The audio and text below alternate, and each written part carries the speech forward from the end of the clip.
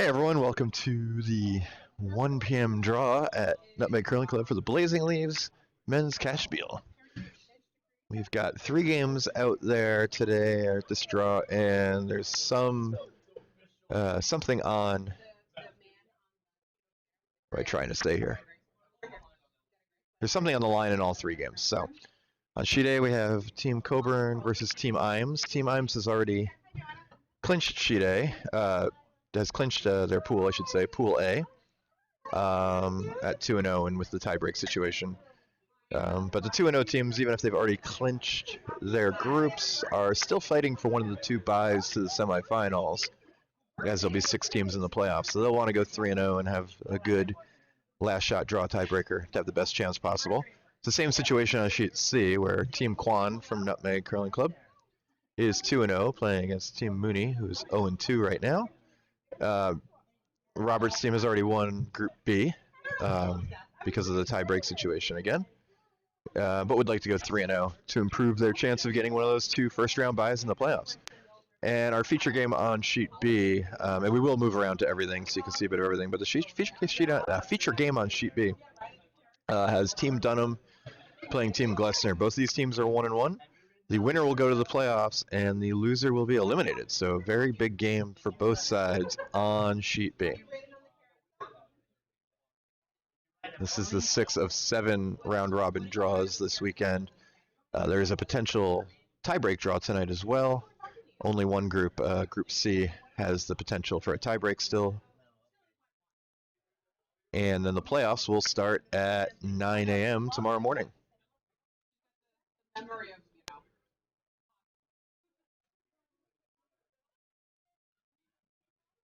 Give you a quick look at what everyone's doing out there on the ice right now. From A to C, from left to right.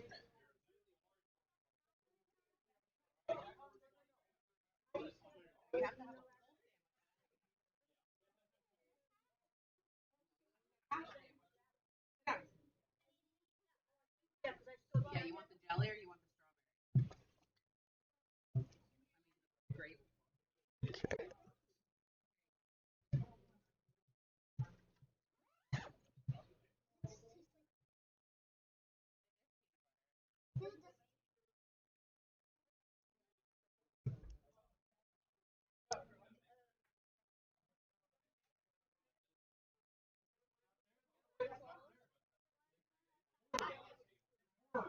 Who has the hat on?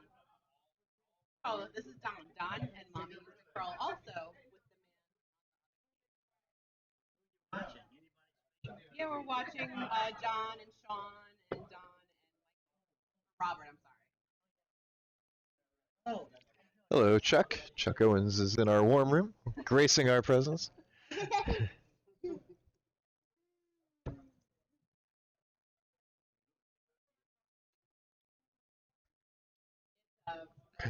Dunnam has hammer on B, looks like. Yeah, they do. Based on the number of rocks left. Good, good. So we're also updating the scores to Curling Zone. If you can't watch all weekend, do have live scoring on Curling Zone as well for the event. We're kind of populating that information now as the games begin. I can only entertain her for so long. No kicking.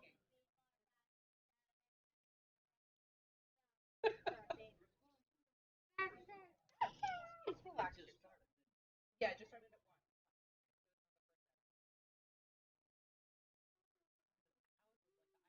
1. Gorgeous.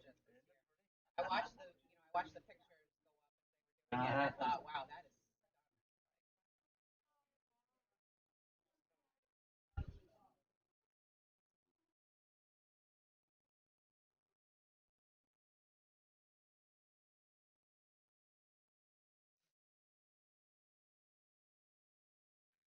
You don't have to wave it.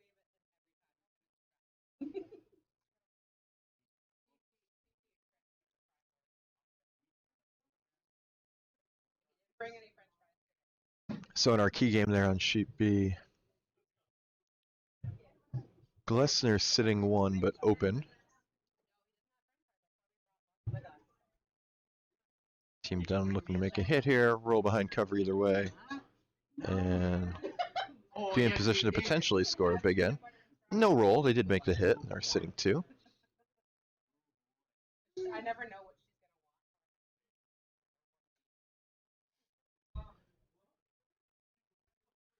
she's For our local fans on Sheet C are interested in how Robert Kwan's doing. They're trying to work out of a little trouble there. And he's got a run back. Oh, just clipped the second guard on that run attempt. Very close.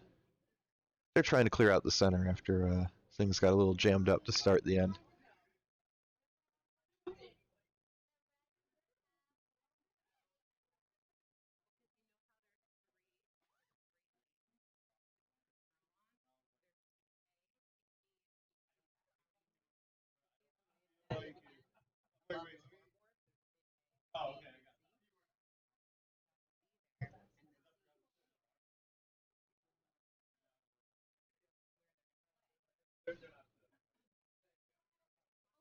says the writer and Hyman family.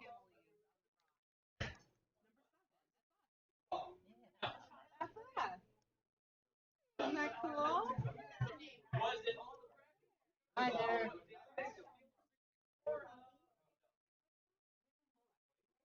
Yeah, let me do it. See?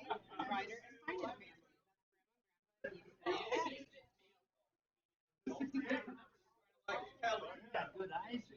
Yeah, I know.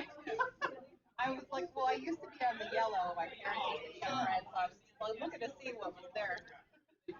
Team Dunnam looking to draw in to sit 3 here. This may be on the top yellow. They're really trying to go. Maybe just doesn't quite have the weight to get it. They held it pretty well. It may or may not be third shot. We can pop back up to the overhead view so you can see it's on the right there. Open either way, and looks like Michael Glessner is gonna try to go after it, maybe make a run and get rid of 2 of those reds. Oh, the man over there with the polka dots?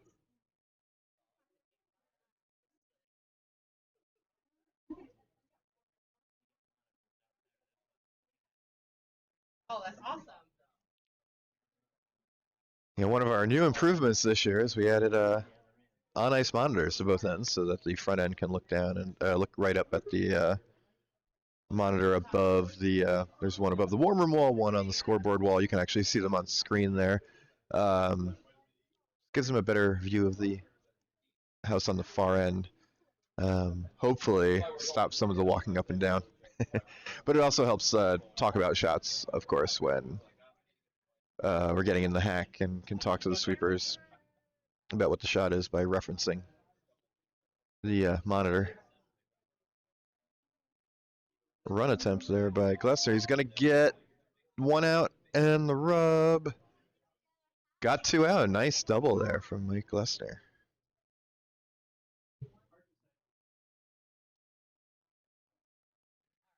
Does leave red still sitting 1 with the hammer, so they're not in bad shape by any means, but much less of a mess for Team Glessner now on B.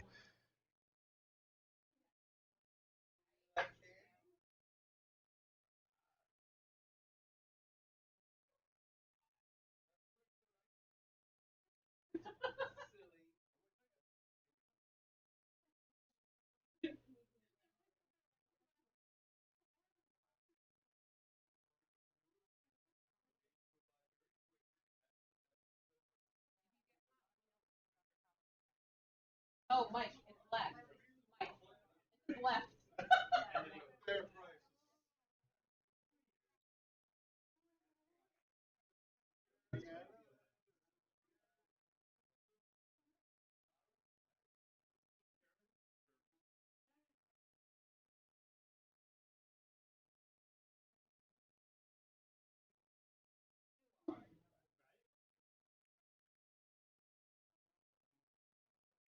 Just got to pop out here for a second so you can see Robert Kwan's attempting a run on C here again.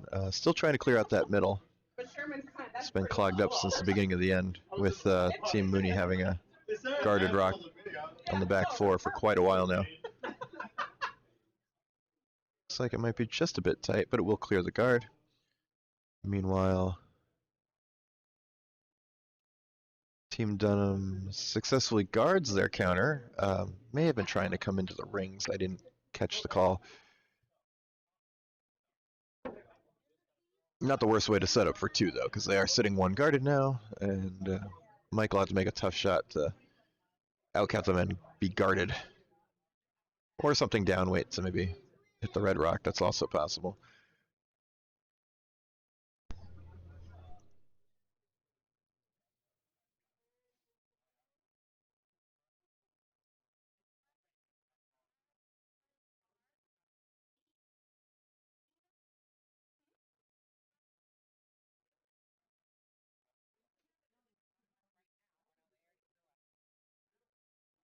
Yeah.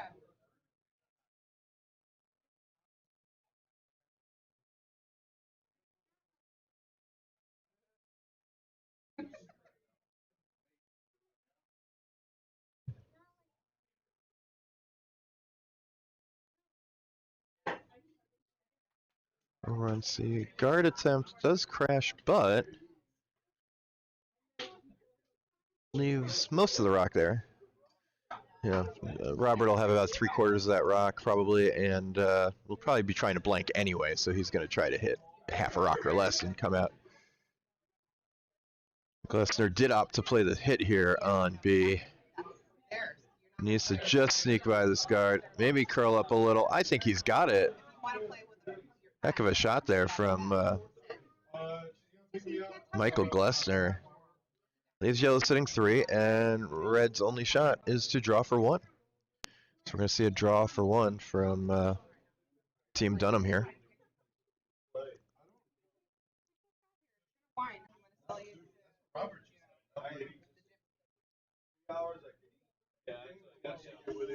And Scott Dunham's only got to hit about full 8 foot to count here. The houses you see on the display on the right side are from sheet B.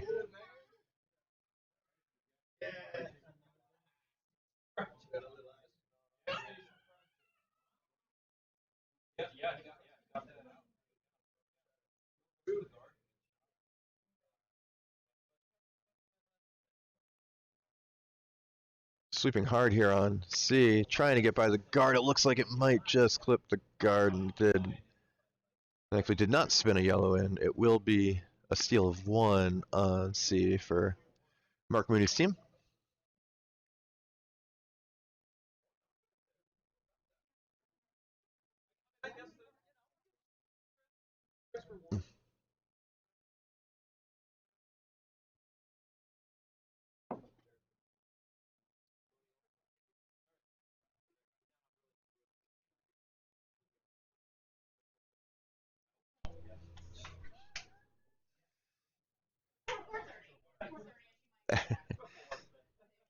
And looks like a steal for Glessner on B. I did miss how many they stole, unfortunately. I'm sorry, guys. Got distracted for a moment there, trying to update the scores on Curling Zone for the other 2 games.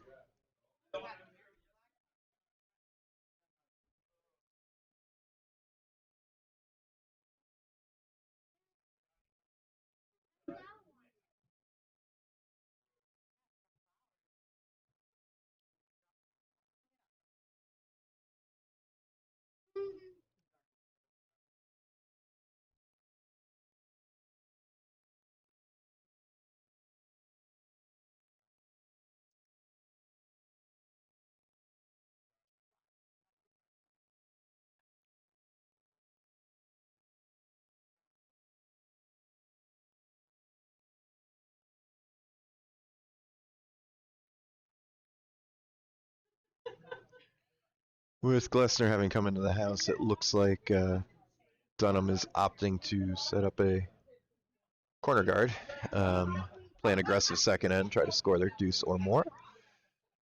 Struggling to get this one over the hog line now, as you can tell. It has not come into our picture yet. Here you'll see the sweepers just coming into the top of the house. They are trying to get it over the hog line, but it is going to come up just short.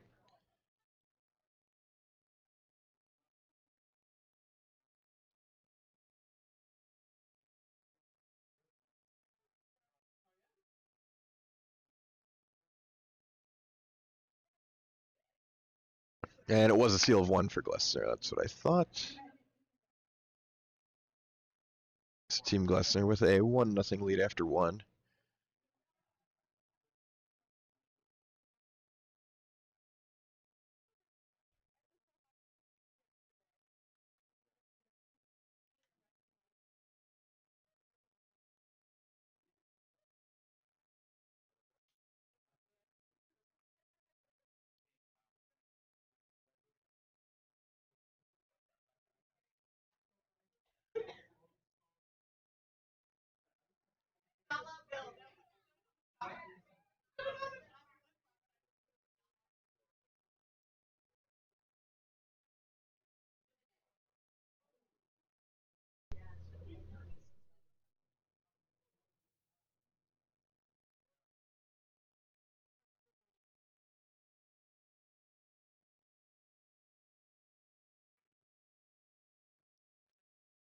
Dunnam again throwing up the corner guard here, this time successfully. Really trying to set up an end where they can take a multiple.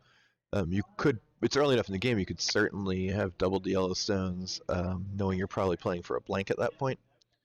Um, but opting to be a little more aggressive here.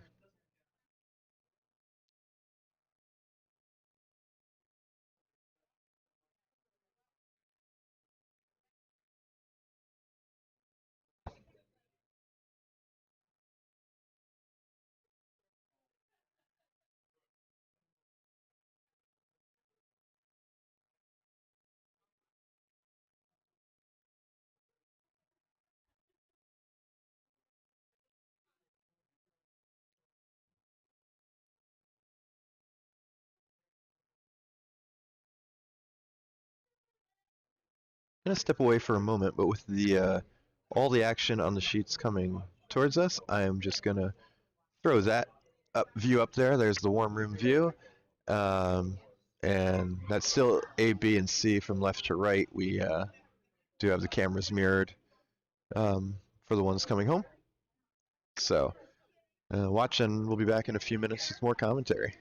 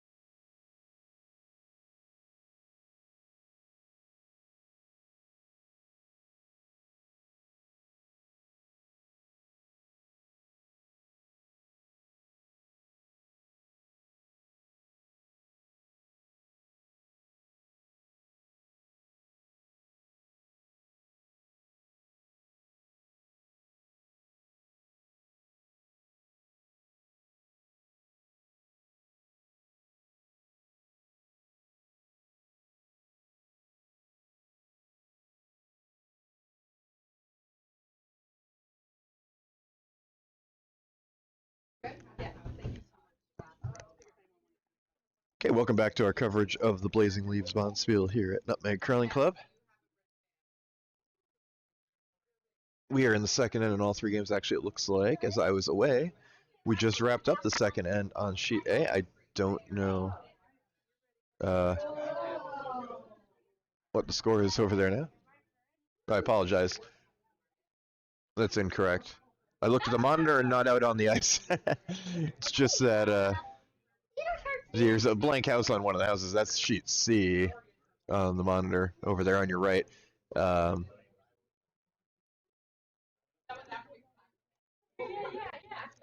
We're now finished up on A, though. Okay. As they just cleaned up the rocks, so we'll see what the score was over there. I'm reoriented now. I know what's going on. Our feature game on sheet B is definitely in the second end coming back, as is sheet C, and sheet A was a little bit ahead to start. I believe they got their game started a few minutes early, so they're probably going to be a touch ahead the entire time.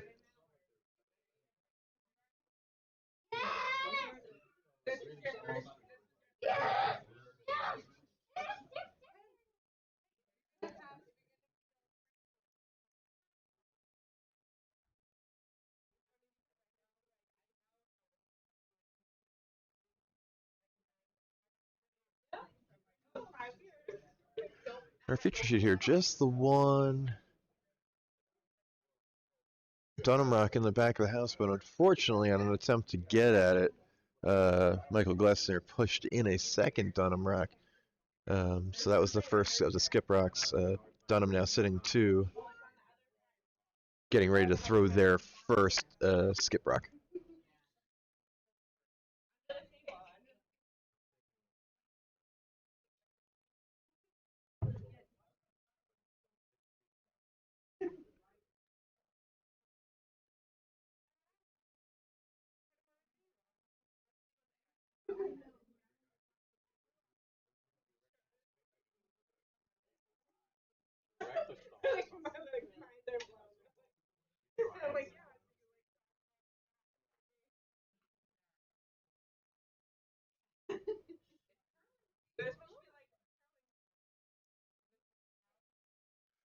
On sheet C, let me pop this out real quick.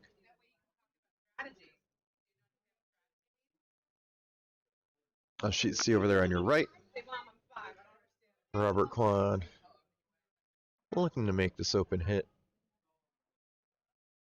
And if he can, probably stick around for now because this is his first rock. Though ultimately, the goal here may be to blank because likely Mark Mooney will hit here, try to stick around himself, and then hope that Kwan either noses it for one, flashes to go up to steal. That would probably be unlikely with Robert, but at least he'd be hoping that Robert would stick around and get his one rather than blanking. Over on sheet A, the second end, Imes took 2 with the hammer to take a 2-1 lead.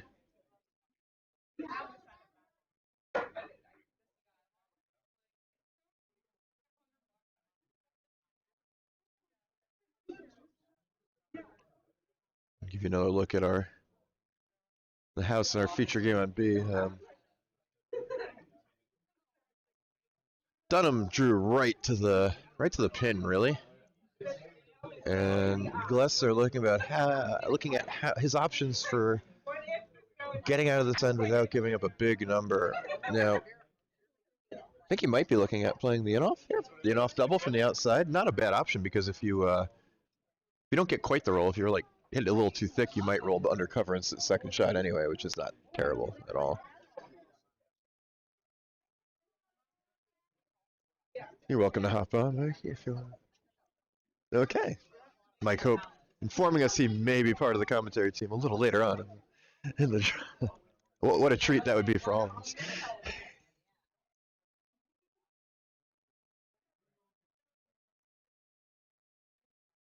Okay. And with nothing left in the house on C, over on the right side of your screen there, pretty sure Robert Kwan planning to just throw this through, take the blank, try again in the third end. Glessner does not get the rolled in, but he does double out 2 rocks, which means he will hold Dunnam to likely no more than 2. If you absolutely need 3, there is a split. And they might be looking at that. It's certainly not impossible, but I think he may just be drawing.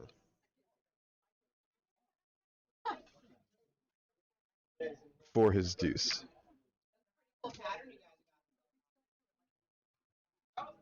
That's a blank for Kwan in the second.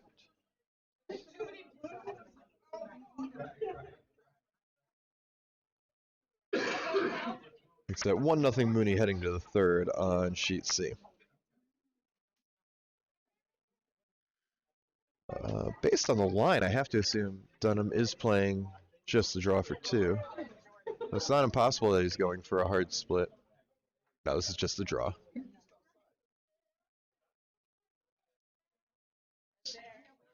Just a clean draw, looks like. Yeah, that split would have been very difficult because they would both rocks would have had to have been full blue or even a little more, with Glessner having a rock in the house. Dunnam just a touch heavy, but well within the range he needed. Sits in the back 8. Dunnam will take 2 to take a 2-1 lead on sheet B.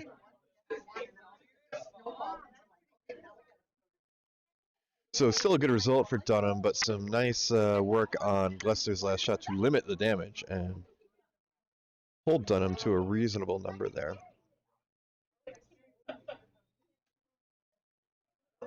Based on the World Curling Tour rankings, we actually have the top 2 seeds in the tournament out there right now. Team Dunnam on sheet B, who just took that deuce as we were looking at that, is our number 1 seed overall. They're ranked, I believe, 57th in the world. Imes would be the 2nd seed in the tournament, ranked just inside the top 200 in the world. We have a few other teams that have a smattering of world curling points here and there. But those are the 2 that had extensive experience in highly competitive events. And of course, the All-Pro curling team was the 3rd seed. Also plays quite a lot of events. For those who have followed along with Jared Allen and them in their quest to develop their curling game, they have a win here. They won a game on tour a couple weeks ago, and they've won a game on tour this weekend as well. And still alive for a playoff spot, actually, in our pool. You'll see them on against my team, actually, at 4:30. Which might be a busy warm room, since there's a lot of interest in this contest. And our group actually is the one where all 4 teams are still alive going into the 3rd draw, so a lot of things could still happen. We could even have a tiebreaker game tonight at 8:30. That's very possible.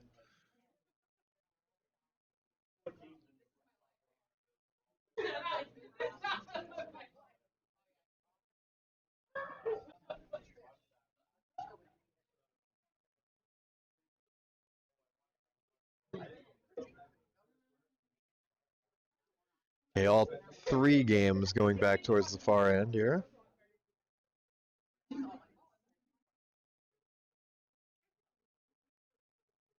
Glessner throwing up a centerline guard. If you're new to curling, or not that experienced or knowledgeable about the strategy of the game, you might be wondering why Glessner would throw a center guard when Dunnam has a rock right in the center of the ice. Well, I'm sorry, Glessner has hammer, so yeah, Glessner was probably looking to throw that a little further off the center line. Did want a guard. They haven't actually completely covered that red rock, though, so it's not terrible. Would have wanted that a little further off the center line.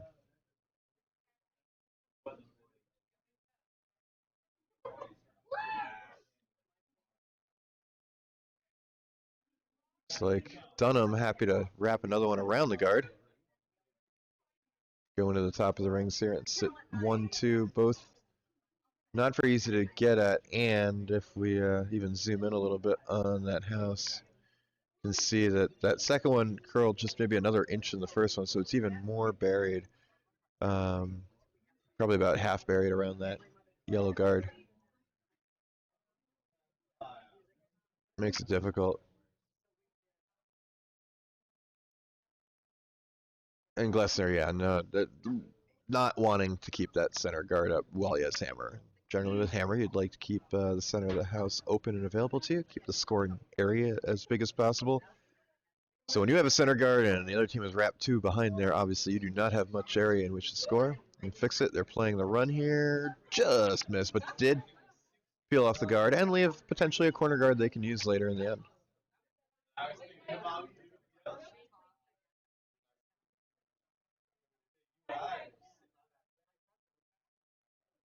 In case you're wondering what the players are playing for, 6 of the 12 teams in this event will make the playoffs. The winner will take home $1,400, with the other finalists taking home $900. Our semifinalists will take home $650 each, and the 5th and 6th place teams, who would be the teams that lose in the quarterfinal round, would win $500 each. So a total prize pool of $4,600 American.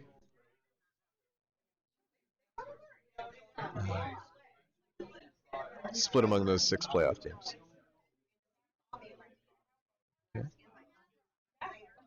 Dunnam throws up a pretty solid guard here.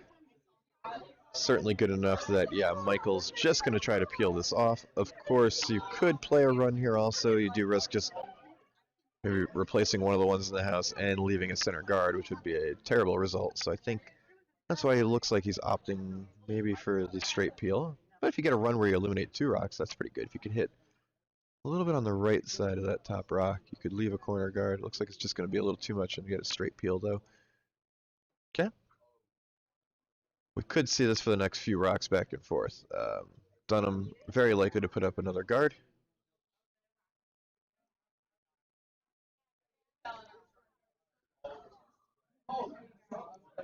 Glessner either looking for a peel or a double, depending on what's available to him, how close together the rocks are. And that will probably be the pattern over the next few shots, at least. When you get to the skip rocks, the strategy could change somewhat. The approach, I should say, maybe could change somewhat. Where Glessner may still, try to find a way to score. May have to draw the button or the back button to do so. But for a while, at least, we're going to be peeling.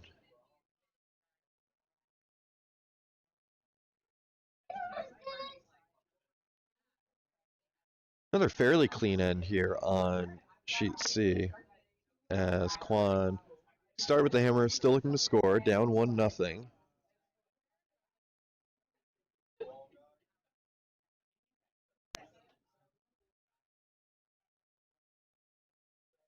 Kwan is sitting 1-2, and the second rock is actually frozen on a back yellow there in the corner. So Kwan in very good position to get a deuce here, because there's really nowhere for Mooney to hide a rock over there on C on the right side of your screen.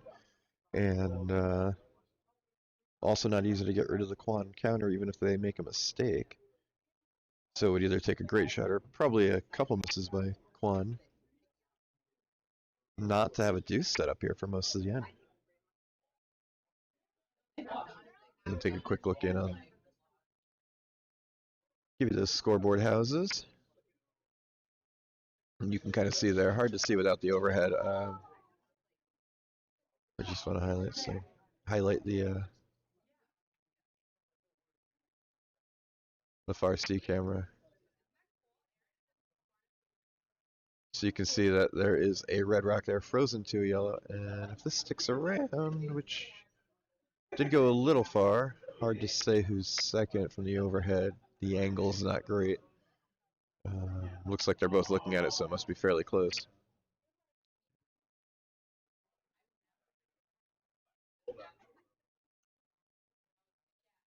Back out, we have Dunnam throwing another guard here.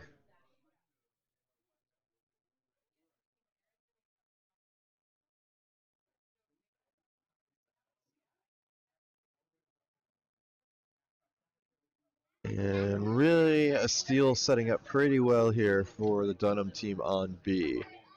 Sitting 3, 1 guard. Glessner playing the open rock, trying to make this double here actually. This is pretty close, just peels off the top one of the house.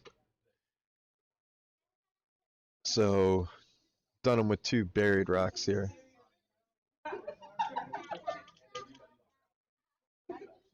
And probably going to look to guard it up even more. Pretty tight guard on the other side, on the left side of the sheet there. Yep, looks like what he's calling for.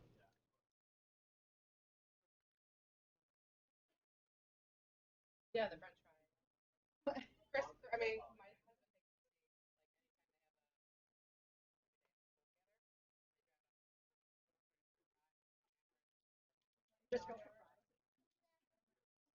Yeah, well, we're vegan, so Michael Hope would like us all to know.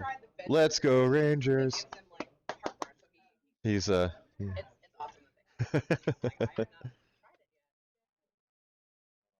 Died in the most fashion. Best record in the league. Well,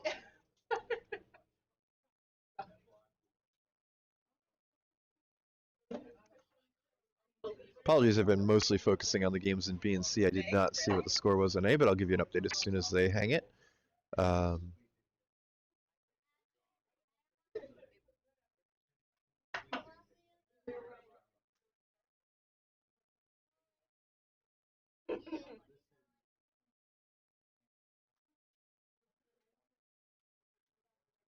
So over on C, as we were saying, it might take a couple mistakes, but they are starting. They haven't had a couple misses for Kwan.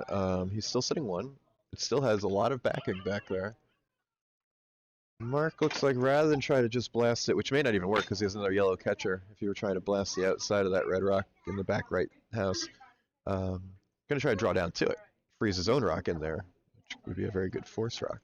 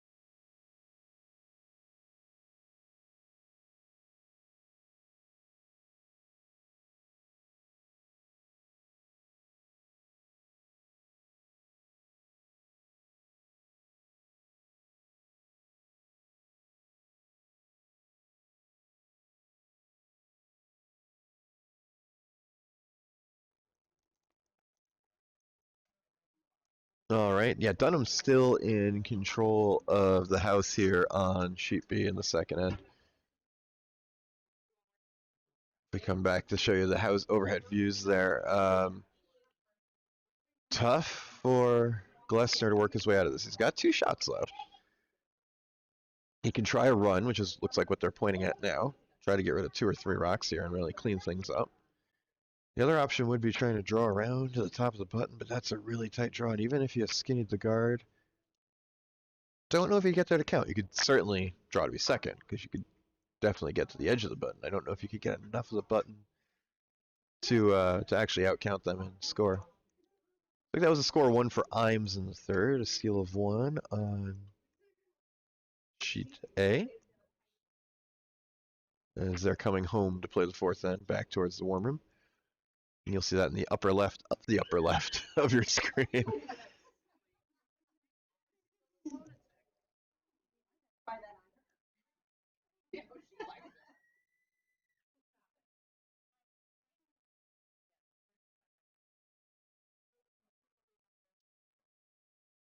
Okay.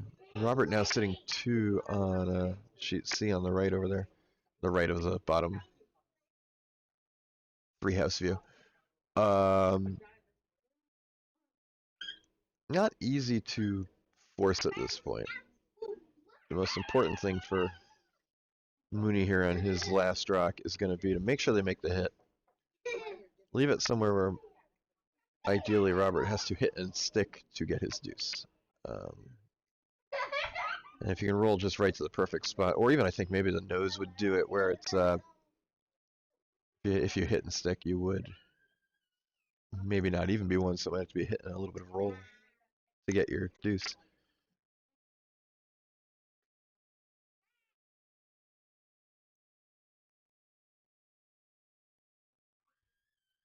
Actually, I think if he just stuck there, Robert would still be able to just hit and stick to get 2.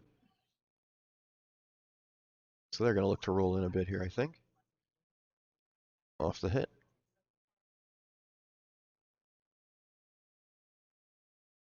And he makes the hit and the roll, trying to roll it over as far as they can. Maybe get pretty close to those rocks on the right side. Left it open though. Robert Kwan should have a pretty makeable hit and stick for his deuce on C. Over on our feature game in B, Dunnam just put up an excellent rack right at the top of the 4-foot, sitting for no access to the 4-foot for Glessner. Glessner might have an off the nose triple. Hits it a little bit on the left side of the rack. Let me bring up those houses for you so you can see it a little better. Might be his best option in making a double or potentially even a triple. Even the triple would not count, but it would cut them down to 1. With the icy stake, he may also be instead opting to draw into the 4-foot. If he can get full 4, he'll only give up 1. Keep the hammer. Move on to the 4th end. Not so bad.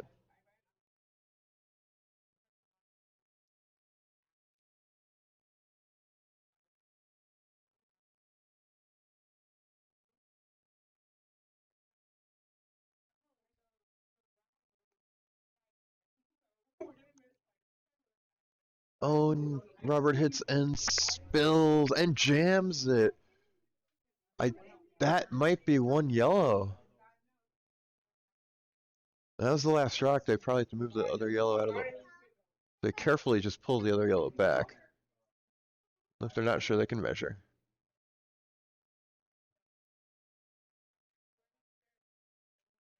Considering they didn't measure, I'm pretty sure that was 1 yellow, another steal, and they are bringing the yellow rock out to throw. So that was a steal of 1. Very unfortunate there. And jam was just the only place you really couldn't hit the rock. And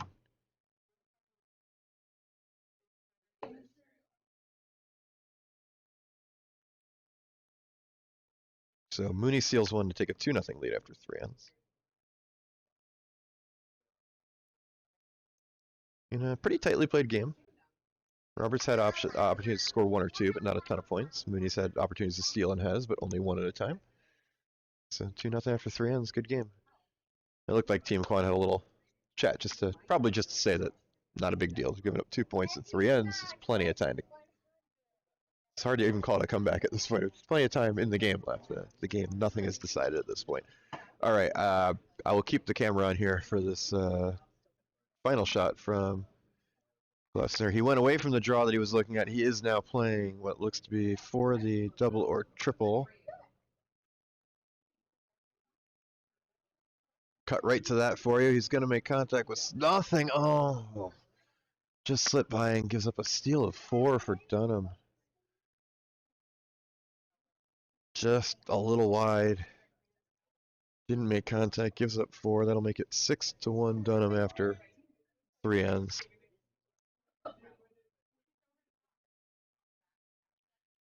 Big end. I keep mixing up the 2 keyboards. Big end for Team Dunnam there in a critical game. Again, if you weren't with us earlier, the winner of that game goes to the playoffs, and the loser will be eliminated. So Team Dunnam will be very happy to have opened up a bit of a lead there.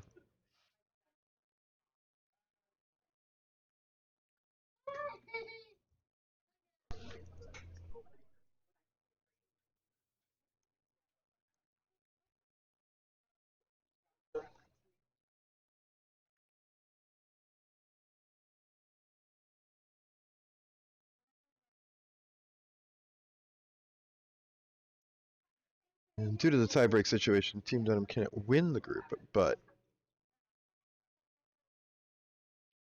we'll clinch the 2nd spot in their group if they win. So it's right here, this little button. You can hold down. Oh, the mute. Yeah, if you want to, you can push it into mute. Or yeah, right now it's on. So Mikey Hope going to join us for some color commentary or play-by-play, whichever he wants to do. Hello, Nutmeg Nation. How's everybody today? See if we've got anyone in the live chat. We had some viewers before. We have 21 viewers. Looks like no chat right now. If you want to have a question for Michael Hope or me, I guess. I'm Ed. Are we allowed to give out an email address on the air? Just send me an email. If they really, I think they can probably handle the live chat, but if you want to, you're. Chat window too. Perfect. Yeah, there we go. So Dave Schmel in the chat. Yeah, it looks like we had to reload the chat to get some chat. Let's do all chat instead of just top chat. Dave Schmel would be top chat even if it was just top chat. Of course. So let's bring back up our screen here.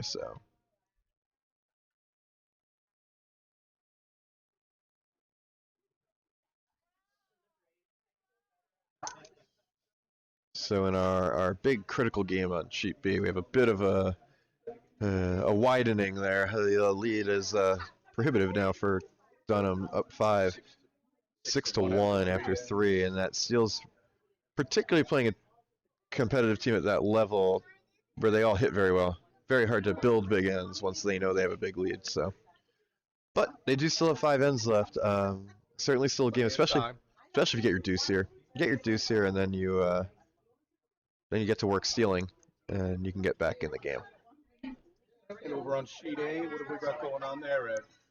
Right now, the score is Blank. 3-1 Imes. No blank. It just looks weird the way the scoreboard, like the names are set up. It was on sheet A. It's 3-1 after 3 ends. They are just finishing up their 4th end, coming home. I can bring that up if we want to get a better view of the near house. We'll do this little merge effect, like the merge effect. Comes right, flies right in there. Excellent. I'm So- sure we've got some plain fielders out there. Sure, A on the left. Yeah, rooting for Patty Coburn. Patty unfortunately eliminated from playoff contention, but can get a win here. Finish the tournament strong with a win. Feel pretty good about that. Oh, for sure. Imes sits and rolls out there over there on A. Yeah, for anyone from Nutmeg who's watching, if it's at all confusing, we do have the near house ones mirrored so that when we show all 6 houses, they're standardized. So A is on the left, whereas if you were actually looking at it in reality, A would be on the right. So it's A, B, C, always left to right on our stream. Our classic mirror image. This one is the mirrored one, the near house one. So, and you'll see this kind of play out like there with Glessner having thrown what was reasonably close to a freeze, but Dunnam having the confidence to just go down there, remove both back rocks, and actually got a pretty good roll out of Roll it too. himself under that card Yeah. too. That really in pretty good shape. Although, thus they're going to try to come around. Certainly opportunities to get your deuce here. There's some rocks in play, which is good. Don't want to get in a situation where there's almost nothing in play, then you're probably not going to score against at least not more than one. Sit on that back 4 at this I shot. think that might be what he's doing. Either set on it or come in front of it. Top of the 4-foot would work too.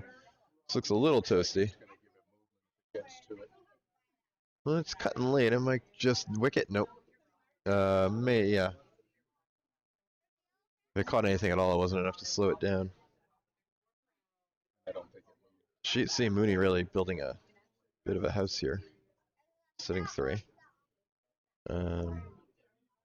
Problematic if they don't put one right where Robert attacked. Yeah, I mean, if Robert wasn't down 2 points, he'd probably just be content to peel the center guard and be like, well, play for our 1. But down 2, even though it's only the 4th end, I think it is at the point where he's like, yeah, I gotta play to get a couple points Time here. to come in. Yeah, you use the backing in the 4-foot rather than just play defense. And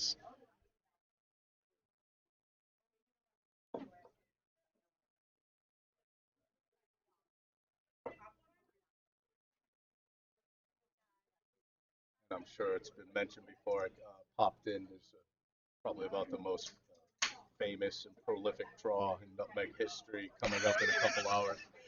Yeah, there's a lot of hype for the 4:30 draw because we have, well, it's my team, but I think it had been either of the Nutmeg teams. The fact that the Nutmeg team is playing the All-Pro curling team, which has former Olympian Jason Smith along with Jared Allen, Michael Roos, Mark Bolger, and Keith Bullock. And we heard yesterday, I was chatting with Keith. I'm a Syracuse alum, and when I played at one tournament that they played in last year. we hung out with them a little bit. They're very nice guys. But oh, thank you. I will pay you after this end. Don't worry. Oh, thanks so much. Thank you, Kitty. The so we played against them. I didn't play against them, but they were in the same field as out in Arizona. We just saw a really nice. Yeah, that was if you're watching on Sheet B, and that's again what we're talking about. You're playing a high-level team. Clear everything they put up. It's so hard to generate offense when they know they don't have to, and they can just go all out on defense, just whack everything. So yeah, we met the All-Pro curling. Very nice guys. They were, in the locker room. So I walk in, and anyone who knows me was in the winter. I'm often wearing my Syracuse sweatshirt. Walked into the warm room. Keith Bullock was a Syracuse alum. So he saw my sweatshirt. It was right away, Cuse. So Came right over. he even said, though, he saw him in the warm room yesterday, and he was said, yeah, I recognize you. I was like, I think I know that's the Syracuse guy. So we were out on the ice. So, but he said he is up here. He made the trip up as their fifth on the team, and said he was going to play the second game, which happens to be the game they're playing us. So we may get to see him out on the ice. You were there at the same time? Barely overlapped. His senior year, because he did graduate. He finished. So also his senior year of school was my freshman year. It's also his senior season, of course, football. He'd go on to play for the Tennessee Titans for many years. Very, very good linebacker, defensive end. Now, well, after my college years. Linebacker, yeah, that's what I thought. Yeah, because Allen was a, And how many NFL franchises had he been with? With Keith Bullock? Just one? Keith Bullock, I think he may have played for Tennessee his entire career, or very close to it. Tennessee last season with the Giants in 2010, but it looks like he's got about 10 years, 11 years. 2000, 11-year career, and yeah. If we really want to go through his stats, 11-year career. Let's see, he had how many sacks? I assume by way of being 18 sacks, a lot of actually led the league in tackles one year. And was a Pro Bowler back in 2003, which is an All-Pro, which is their whole thing. They were all All-Pro players at least once. And by way of being a competitive tour curler, I assume he left the game of football in pretty good health. Yeah, I think none of these guys had any injuries that were debilitating. Maybe for the ability to play professional football, I don't know. I can't speak to that, but they look good out on the ice. Especially all of them have just in the last year their slides have improved tremendously. Jerry Allen playing a good vice this weekend for Jason Smith. Allen's, yeah, he's on the broom now. Does look really good. Yeah, he's good on the broom now. He was, and I say that not because you have to play, be on the broom to play well. Obviously, I play on the stabilizer. I would hope to think I'm an okay curler, but it shows you. His balance has to be pretty good to have gotten on the broom. Was my point. Yeah, and it looks pretty good out there. They do have very large brooms for him and Michael Ruth. So. And having been a National Football League alumni, play into that pretty well. Very good agility. Oh, sure. Oh, they're all athleticism is off the charts, and like in any sport. If you transfer someone who is an elite athlete in another sport, they're going to play. They're going to get good quickly at their new sport. Oh, Mooney just going a little deep there. Looks like he's got a little extra sign of life. Yeah, he could still pick up his deuce here. He's got to probably. They've still got a couple of rocks left each, so there's a lot to play. But yeah. And right now he's the second. I think he's second. Yeah. Pretty safe to say that's a number 2. Looks like he's second. Yeah. Robert's going to come and sit right on that right now. And would you consider moving that rock an inch, or is it too soon for this? On the yellow rock? If it gets there, why not? Move it an inch. Based on what if you're trying to play for 3, yeah, that's probably the best way to play for 3. But I think also possible, and if you're out counting them in the top 4, that's fine. That's great too. That gives you probably your best chance to get 2 is actually be in the top 4 buried. Your only chance to get 3 is probably to freeze or nudge the back one. So it depends how aggressively he wants to after 3. It's probably telling him he's throwing for top 4, and if they get the opportunity, if it's a little heavy, play it into the back one. Of a concern that they're in the back 4. Exactly, because if you freeze, it does give Mark a chance to follow it down and shut you out of the end. So wow, it looks like we just rolled 2 onto the rings. Yeah, Glessner rolled a second one onto the rings. It was his first. It was his first skip rock. So the only problem was it did not get much of a split there, as you can see. And so Scott Dunnam going to step up and try to double them out. Will be to remove both. Yeah. You're watching. I'm going to remove the nutmeg graphic for now. Looks like looks like Robert came up a little short there and just left that guard, which is unfortunate. Looks like we're starting to amass a lot of rocks in the house and shoot hay. Yeah, I'll merge back to the full view so you guys, anyone following the Gamma A, can at least see. It's small on our screen, but if you're looking at a laptop or something, those should be good. I wouldn't be surprised if there's more Plainfielders in our audience than just about any other club, maybe even our own. Yeah. Did get rid of a couple reds there, and sitting one yellow on A. You can see it down there too. Yeah, just the one yellow in the house. Well, that was all taken back. Yeah, Dunnam did make the double. Double, and then the front from Robert Kwan. Short, that's what we were saying. They had a little bit of an unfortunate guard there, not what you wanted to put up. So Mooney's just going to come around the outside. Yeah. And maybe try to get themselves in second shot.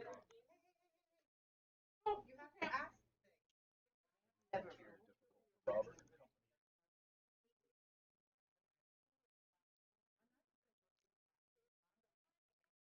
Apologies, I ate a French fry on the air. I'm gonna hop off after these two fourth ends. I'll hop off. You can stick on for a while. I'll leave it on like a easy view, so you don't have to do anything. What do you got in that wrapper there? Just I believe a grilled cheese and some French fries from Duchess Diner, a pretty much Connecticut only chain of fast food restaurants. Maroxy Brothers. Wow. So, yeah, Mark draws down there to sit 2. I believe still, yeah, he's still probably 1-2. I mean, not even close to not being 1 now. Clearly 1, and we can bring that up, yeah.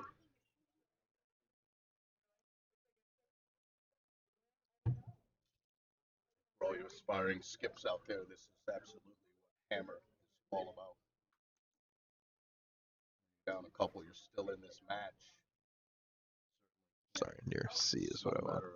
Not wanting to give the 2. Can't afford to. So you can take a look at the house there on C with Robert Kwan playing the Red Rocks down 2. Doesn't have much to work with, so I think, yeah, he's going to try a run of some kind, it looks like. Get himself to wreck and stick right into that pile. Still might have an option for 2. Glessner throwing first. It looks like he made the draw for 1 at the end of the fourth end.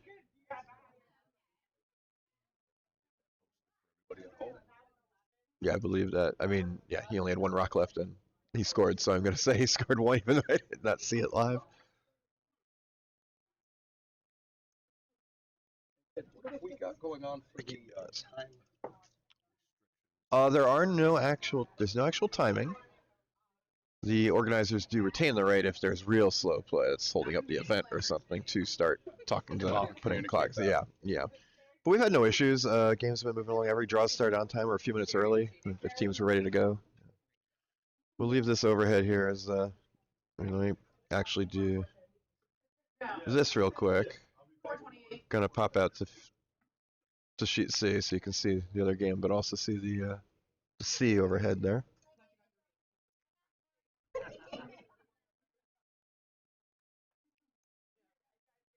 Of Ed and Jim Art. Yeah, Jim Art did a lot of the hardware stuff. Yeah, hardware. The hardware is all Jim. I don't know, that was 100% all Jim, but Jim was certainly the driving force behind getting that done. Same as like I did most of the software work, but there was certainly other people who were involved too to get our streaming up. Just couldn't quite get enough curl to. Gonna be a steal of 2. Looks like a steal of 2 there on C. Just taking a quick look. They're taking a quick look up there, but yeah, it looks like they're again one of those situations where I wouldn't have been shocked if there was a measure, but if there's no measure, it had to be 2. Yeah.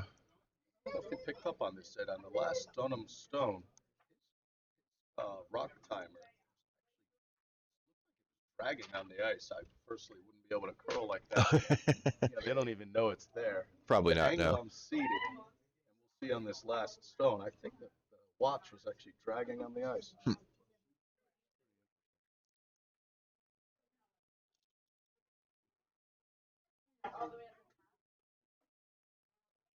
Not on this occasion. Mikey, I'm gonna leave you for a few minutes so I can eat a little food. Sure. Enjoy your lunch. You let people know what's going on in these fine games. Do you want me to leave it on like the easiest mode, just like so people can see everything, so you don't If have you to, could, please. I'm so you not don't have to that worry about it? familiar with Yeah. So what we'll I'm do not for a as while familiar is we'll with your throw switcher. up just the little 6 sheet there. You got And any commentary coming back? not yet. Not too much chat yet, and we'll illuminate the scoreboard for the moment, just so it's out of your way, so people can see what's going on. Yeah. 4-0 on sheet C. Kwan still has the hammer now in the fifth. Still 6-2 over on sheet B.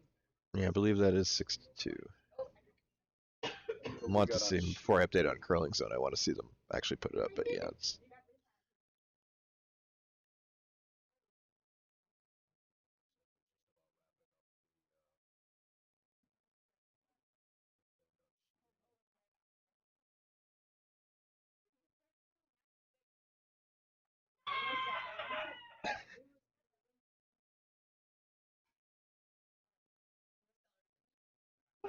It's our friend and future competitive curler, Cecilia. You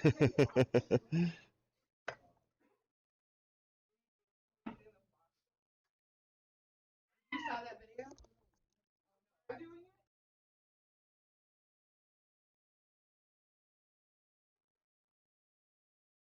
And if I'm not mistaken, the range on these headsets will follow us over to, if we take a walk over to sheet A.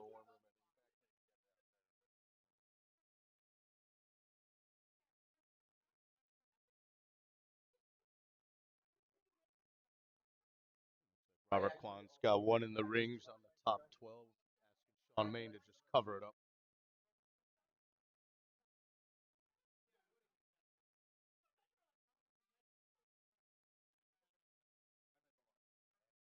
Sheet A, I'm not too sure what's going on, so I'm going to take a quick stroll over there.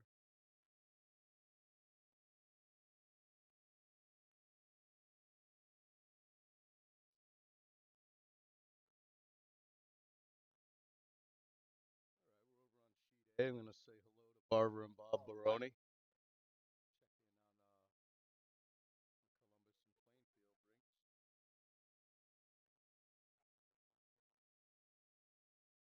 Yeah, it seems like we got a bunch of League of Nations,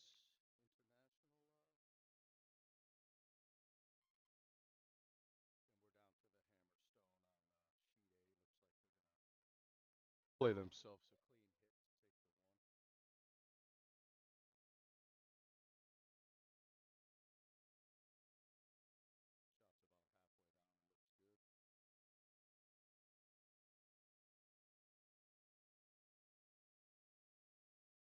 one. Got the hit and stick to take the one on sheet A.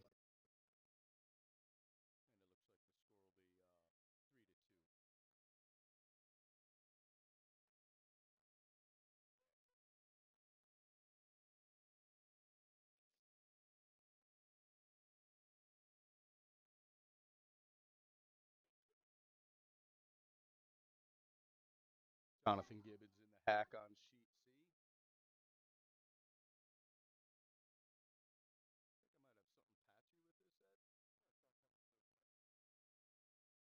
patchy with this. Out there, I'm not hearing on my own monitor. It just came back.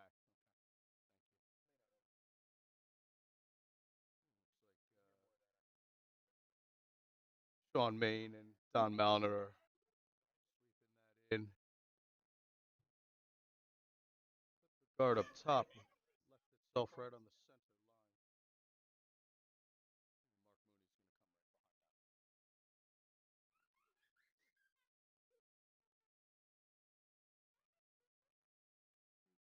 Plainfield's got Dickie Scott in the hack.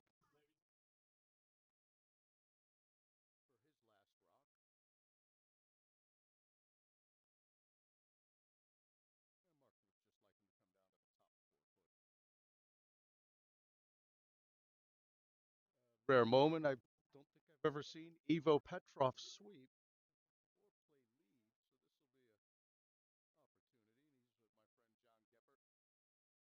All Plainfielders.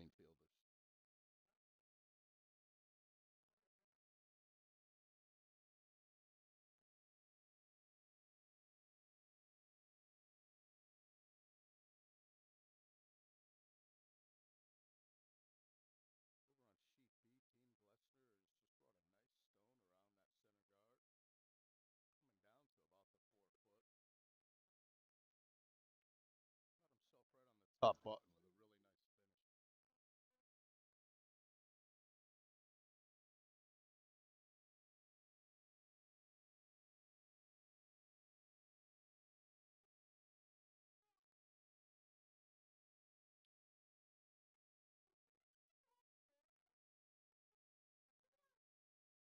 They're referring to the game as horrible, or I certainly hope so, Cecilia.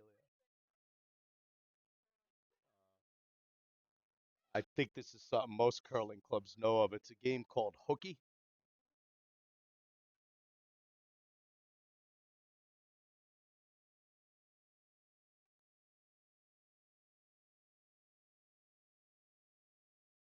Jonathan Gibbons just placed a really nice draw, close to half buried into the actually full button. Mark Mooney immediately walks up to it. He wants to hit that with probably some light weight, presumably to roll back to the sheet B side of things.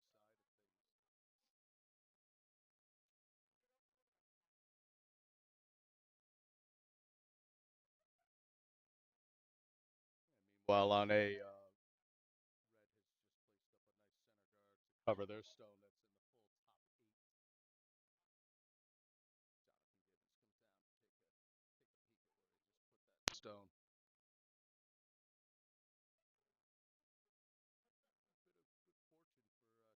Kwan, the light hit that Plainfield had sought, did slightly clip that center guard. Roll back a little bit to mostly cover.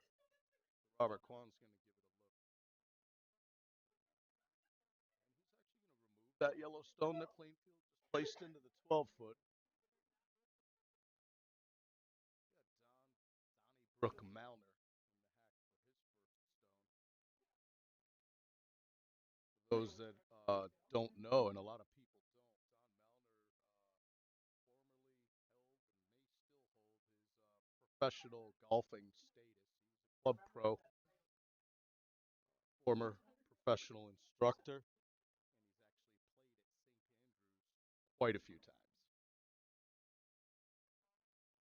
Keeps a summer pad right in Scotland. He's got a family member that lives there who comes home during the summer. So Don crashed out for a few weeks in Scotland last summer. Chipped away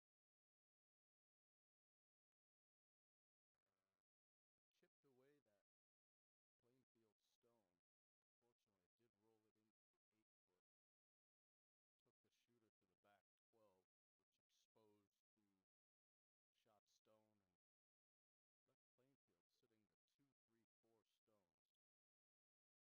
I think Mark Mooney is just looking to come down and push back for a wholly remove that shot stone. Could end up with a lot of yellow stones in the house. Over on sheet A, we're still looking at the same situation. That red stone has now been moved up into about halfway into the 4-foot, pretty well guarded.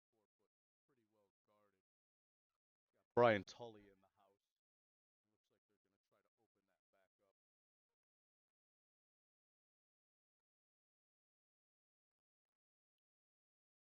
Hadn't seen the call, but I assume they're looking for a guard over on sheet B for Team Dunnam as they're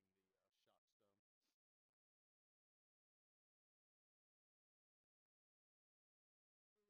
Don Malner's getting ready for his second stone. Brian Tully's just let go of his. They're sweeping that pretty hard. And they did get through that port. That's a fantastic shot. He actually removed the number 2 stone. Flicked just slightly off what was the number 1 stone. And that yellow rock was wholly in the 4-foot, about halfway into the button for what's now shot rock. Of course, they're looking to go right after it. And they're right into the hack with 2 such. Over on sheet C, Don Malner just put up a great draw. Skinny by that guard, but it unfortunately came up a few feet short.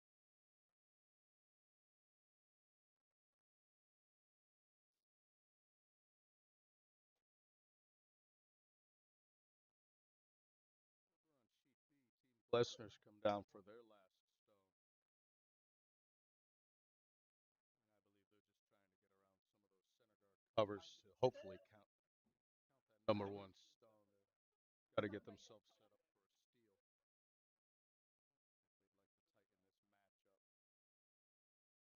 They'd like to tighten this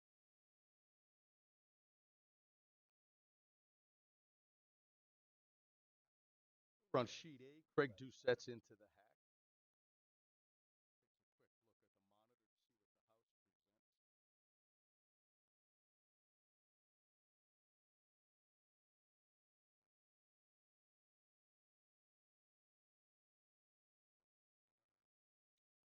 Last stone for yellow on B would take itself to the back 12 foot.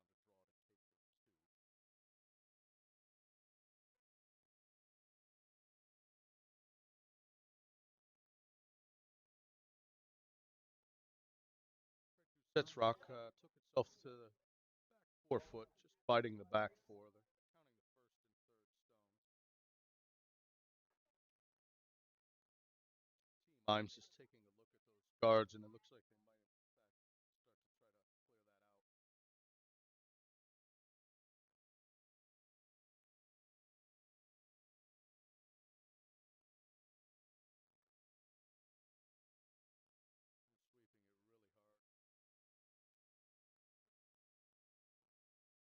That's a beautiful peel. Removed not only the two guards, if you hadn't seen it, shooters gone as well, and everything in the 4 foot is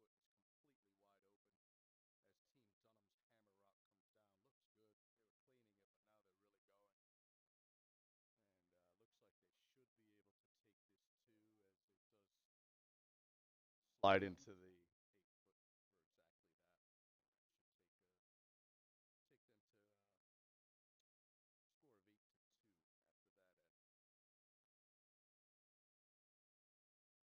able to take this 2 as it does slide into the 8 foot for exactly that. That should take them to tap back that red stone, which would give them a really good situation on sheet A.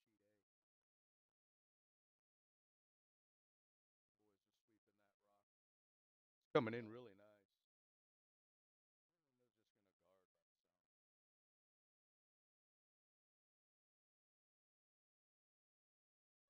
Curled a little at the end, but it definitely presented them with some cover up front.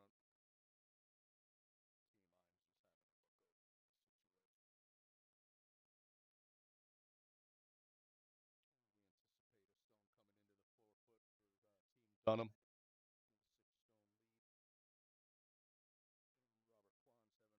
Look and discussion with his mates about what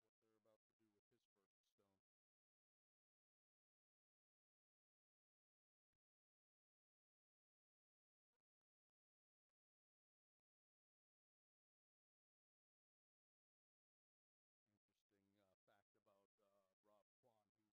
stone. Renowned singer and organist, cantor,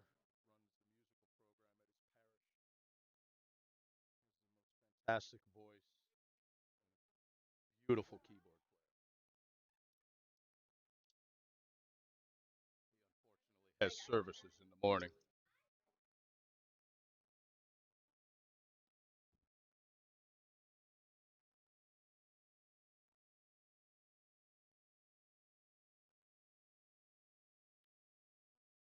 So as anticipated, Team Dunnam did bring their first rock right down to the button. And Team Glessner just put up a really nice corner guard.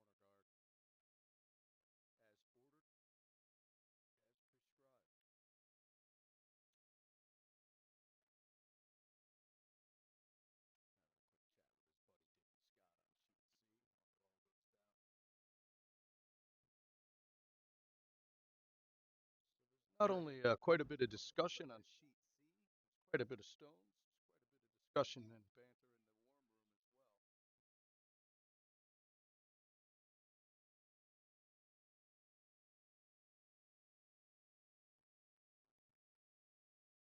Edward, is that what they've done? They're looking to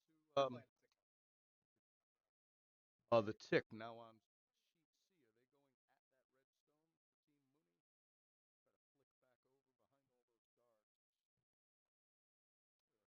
cards in play, 4 red and 2 yellow. 4 of them inside on the 4-foot line.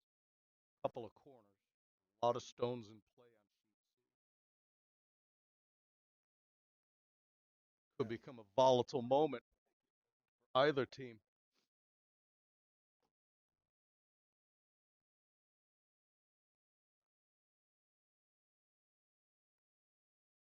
Mark Mooney's out with his stone. Looks to have some nice control hit weight, and they are on it very quickly, pretty hard. Geppert's calling for that sweep, and I believe they did just avoid Yellowstone, remove that red. Now we got the shot stone, a full back 8, and 2 Yellowstones, the second and third rock on sheet C are actually just fighting the 8. Closest stone team Kwan has to the scoring field would be that full 12 in the back 12.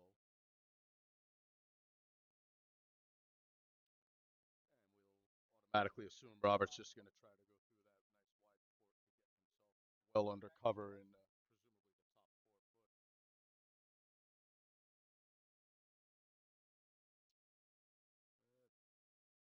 Dunnam's still got themselves well covered, and they are now going into peel the corner guard out of there.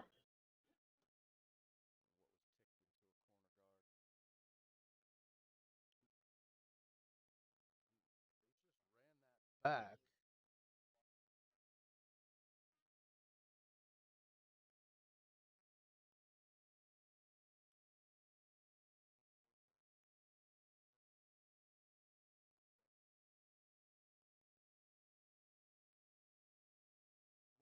Usual NFL jersey just arrived at Nutmeg Lounge. Think about that for a second. I'm not a big NFLer myself, but if I see this through, Brett Favre was a Green Bay Packer forever.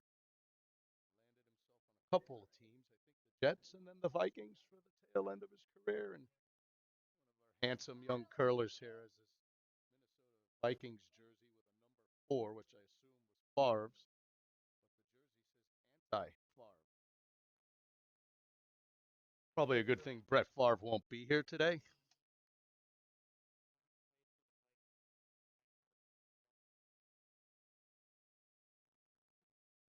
Oh, and I can kind of see that on there. Looks like Brett Favre dragged you across the parking lot. That's just electrical tape. Good thing.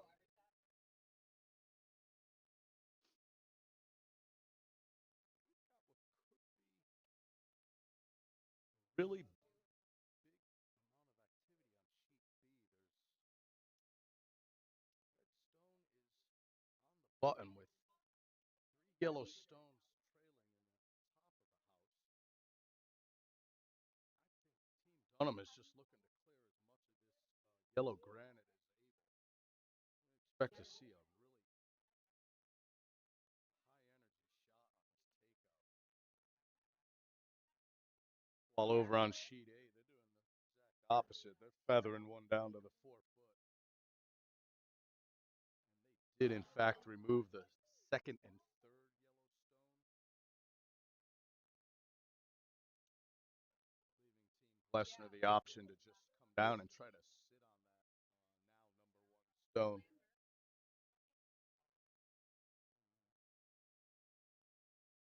Haven't gotten a chance to see what happened on sheet A, but we'll get you that in a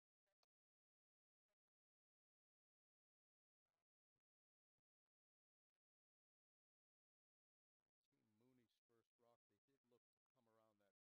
Placed center guard.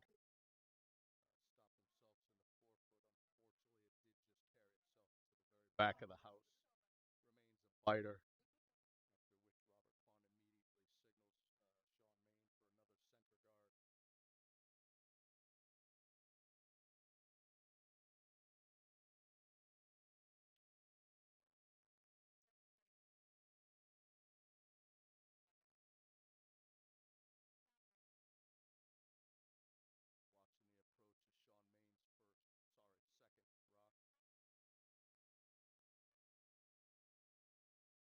Did just by that himself into the top 12, and he's about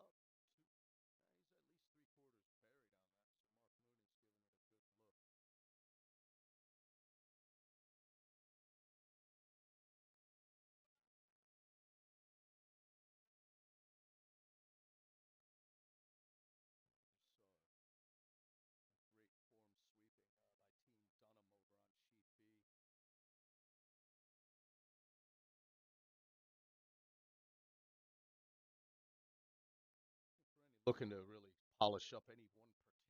Obviously, you won't get too many of them for now, but if you're looking to polish up on any particular skill at the game, to watch teams Dunnam just about any facet of it, especially how youthful they are, they really do just play every aspect of the game quite professionally.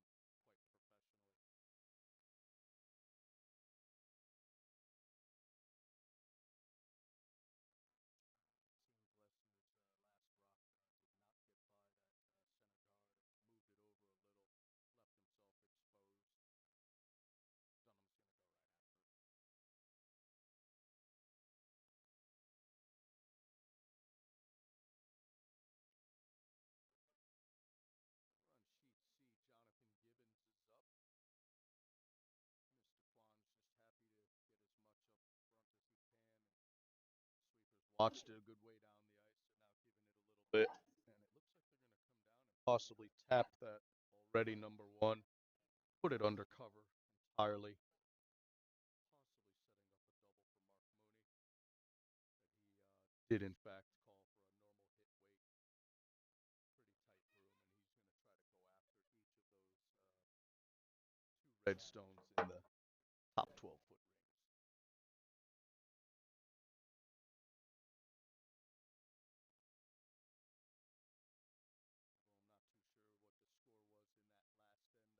I do see some smiles and general happiness.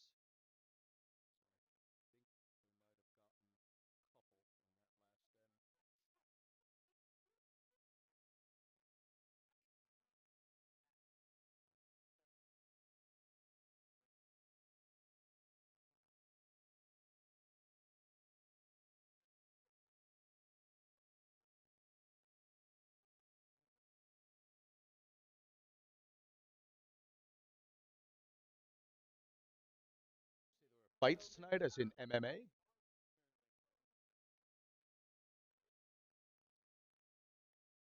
Oh yeah, they're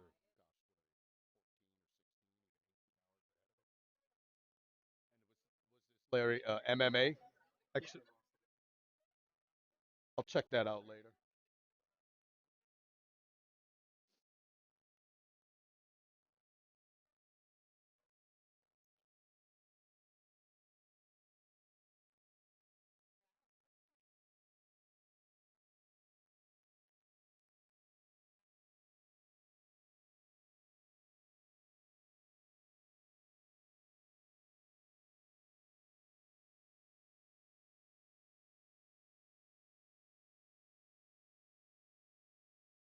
We're on sheet C. There's a couple of red guards that Mark Mooney's asking Dickie Scott to remove at least one of them. John Geppert's on this really hard. They've actually pulled that off the line. It did not make contact.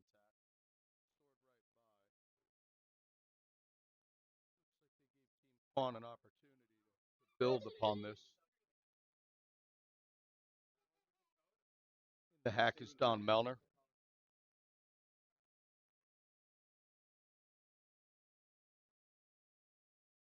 Bison boys? Oh, okay. College football, if it's out of my skill set.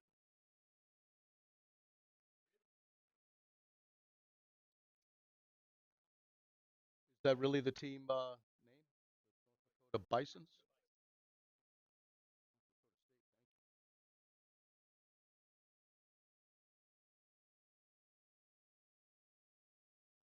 Melner's first stone that center guard and didn't really move it, but itself in a pretty good position. It's off to the side, while it is a center guard, Mark Mooney's got a lot to concern himself. They're staggered pretty well. The two center guards. Kwan is still sitting the first two stones. They got a full 12, as well as one over in the back 12, far off to the side of the rings. We're on sheet A. Craig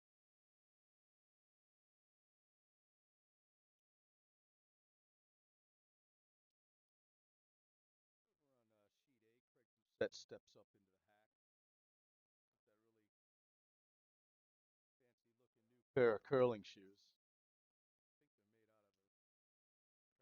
out of a pair of Nike sneakers. Not sure, but they're pair of tennis or basketball shoes converted.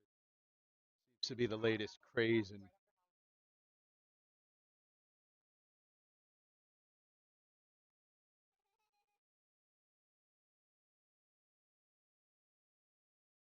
Eric Sebastian giggling.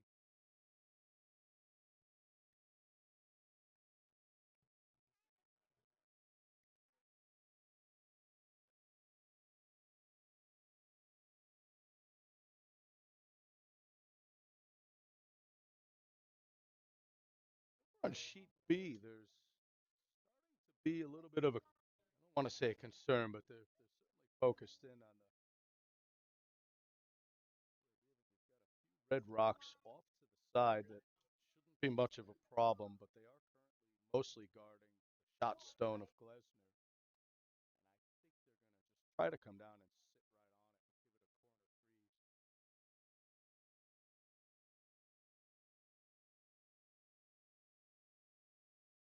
She'll be on pretty good track to at least force, if not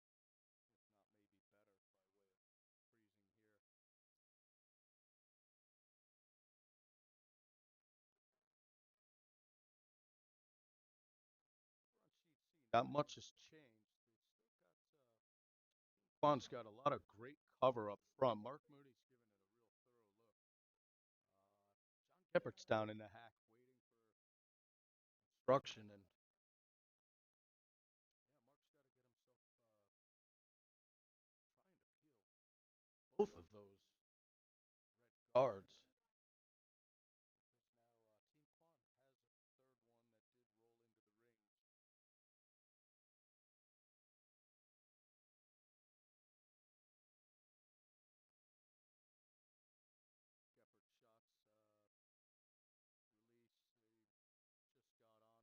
Did remove each guards, and that's a really nice shot. Well done, John and Mark and company.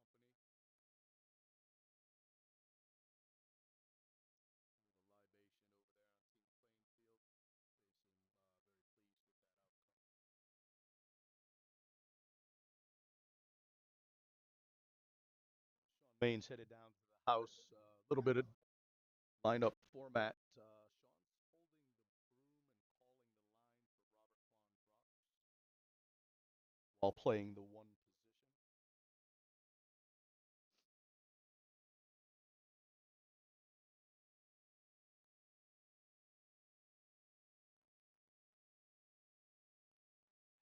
As Team Glessner's shot comes down, they look to be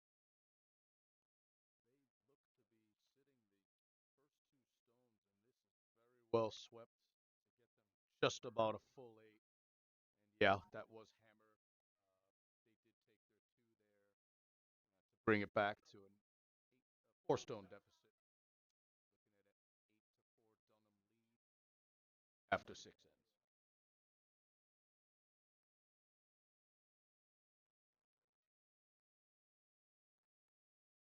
Robert Kwan out of the hack, and what I've always known to be just a beautiful delivery.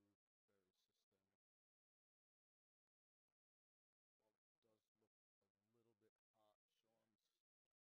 Tilting his head a little, hoping it's going to curl. Starting to curl. Jonathan Gibbons is bringing it over very nicely. Finish off really well.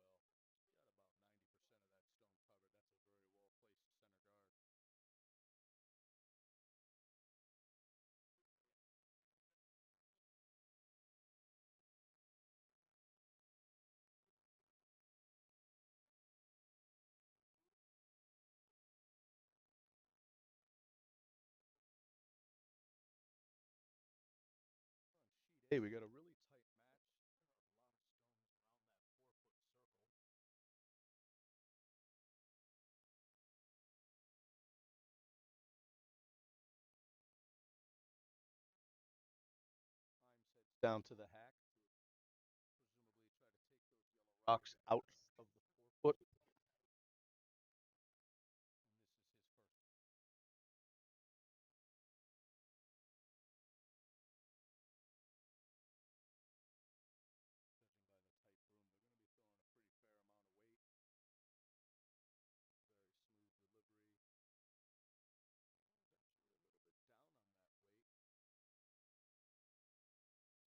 Left side sweeper, really working it.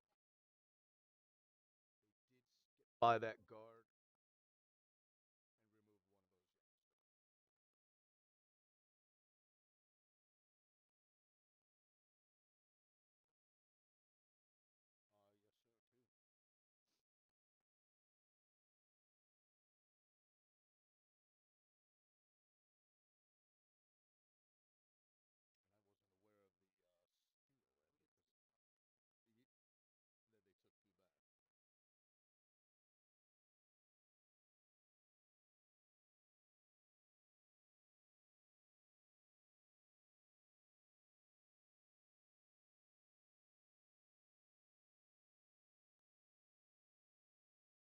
one of those big weight being thrown on sheet B. Some real big time sweeping.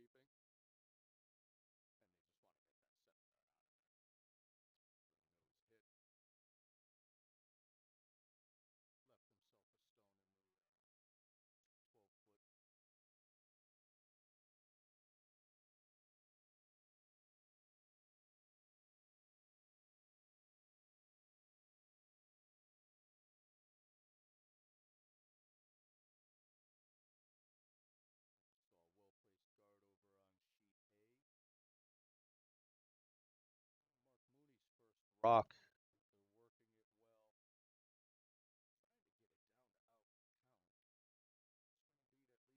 Two of them.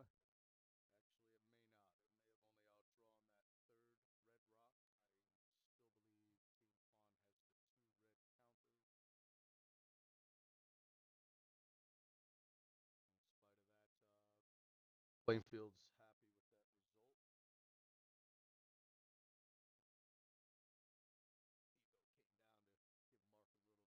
Bit of inspiration.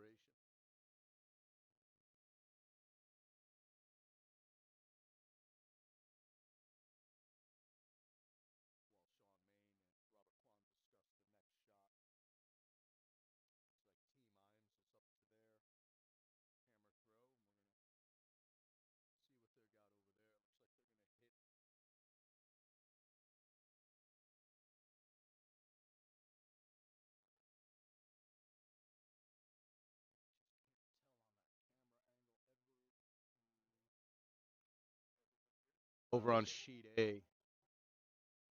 Top one, he's got the back one. We got a fist pump in the air, and that's a beautiful shot for Team Imes.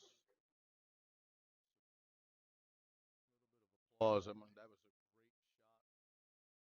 Edward, did they take two there? We think they took two. There was one close. I just can't tell.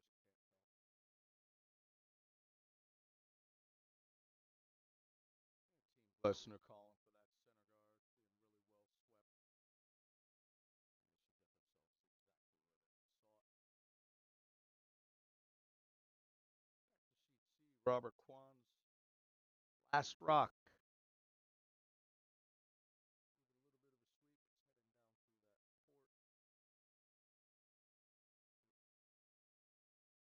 Does get by the outer, barely. It's really nice. John Geppert's gonna try to. He just couldn't get to it. It's in the back button, probably about half exposed.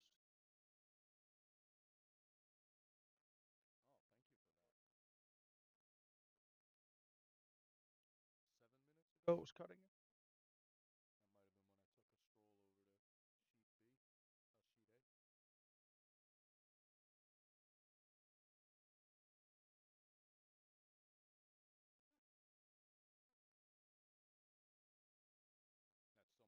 watching for a while, Larry?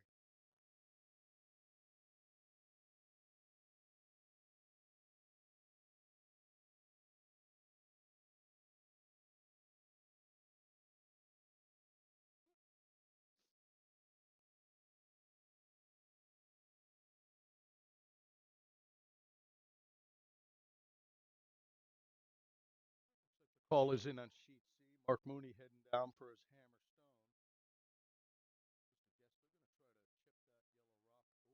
stone. Button.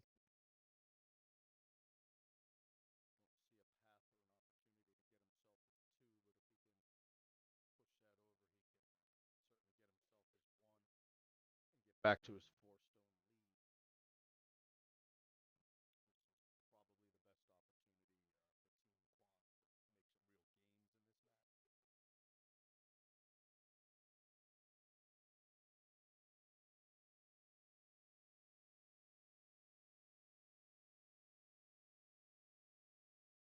Yes, they did post over on sheet A that was in fact 2 in the 7th.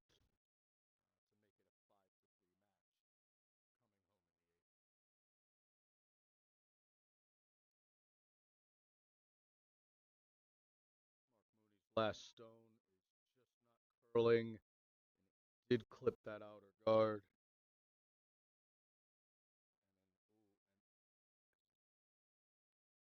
Might actually have pushed that other red rock. We're thinking in here that was 3 red. At the very end, it wiggled into the 3rd best red rock. By the looks on each team's faces, we think that is 3 red for what's now possibly a tie match after 6 ends.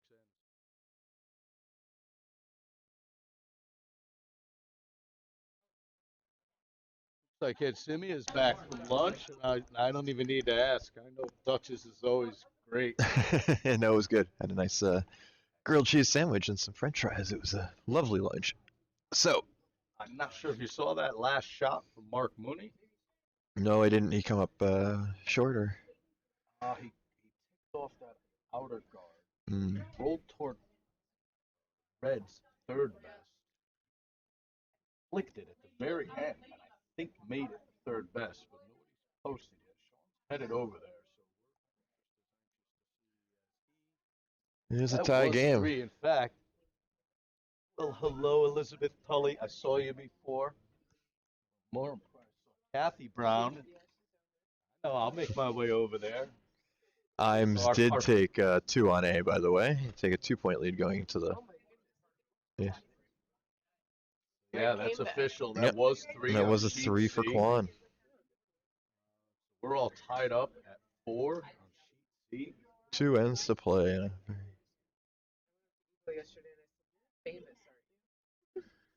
Evo is famous.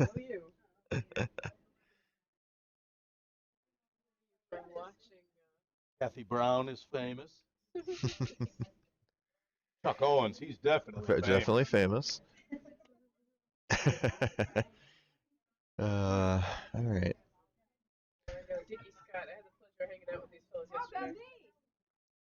Dickie's always fun to hang out with. It's worth saying that you see a lot of these guys on these competitive playdowns. A guy like Dickie, you will also see at the most casual settings, e.g. Bond Squeal, and he knows how to have a real fun time. Sean tells me that your mic keeps cutting out. I know, thank you. We keep hearing that from the feed. I think it's when I get up and walked over to sheet A, a little bit outside of the range. I didn't realize Evo was playing. Yeah, there shouldn't. Main is playing lead, but holding the broom for Robert Kwan's shots. I would say Evo. And I didn't see his last shot, but he just came up for a beverage and shook his head twice side to side. Don't think he's pleased with his last shot. There shouldn't be like a volume gate, but there might be that, like, because you're fairly soft spoken and the mic was down a little bit, that if there is like a gate where below like a certain noise level it'll cut out, that might be what's happening. Doesn't mean you have to speak up. I'm just saying, yeah, that might be what's been going on. So I turned it up just a couple decibels there to hopefully maybe that'll And I Fix know some of we- that. Yep. We did have some banter in the background. Sure. Because the I can say the audio looks like it's coming through properly, but that doesn't necessarily mean. And that's what I've been watching. Just Yeah. the levers. Yeah. What's your take on sheet A? We've got a must take 2 to force the extra play.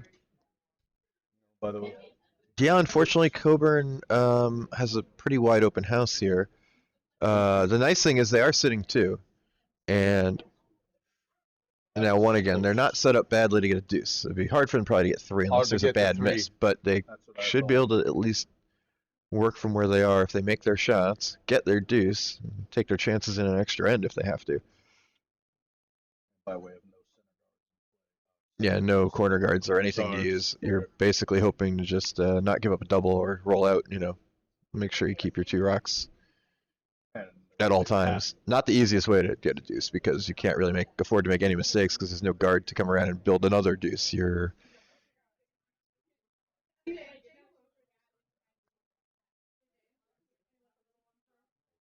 Sizing up to be a lot more interesting is the situation in the house on sheet C.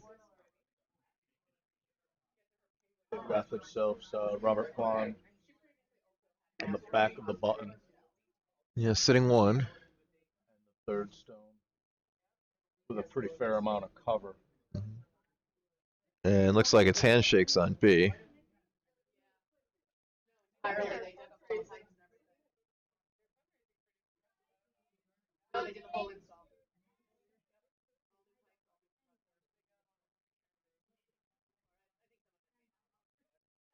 Glessner held in there real strong. Yeah, they put up a good Falling effort. behind early.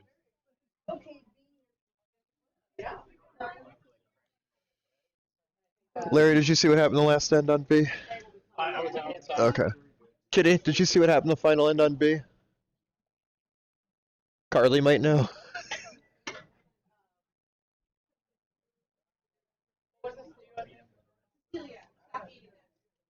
Just the score of the final end. That's all.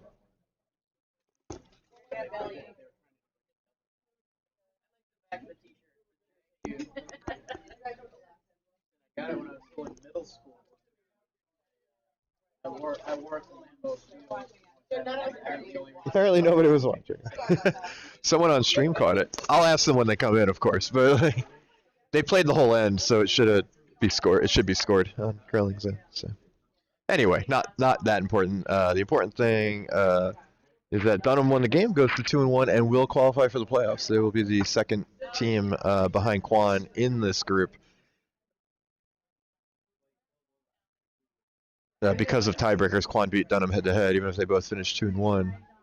Kwan will be the number 1 seed in the group, coming out of the group. They will finish the pool in first place.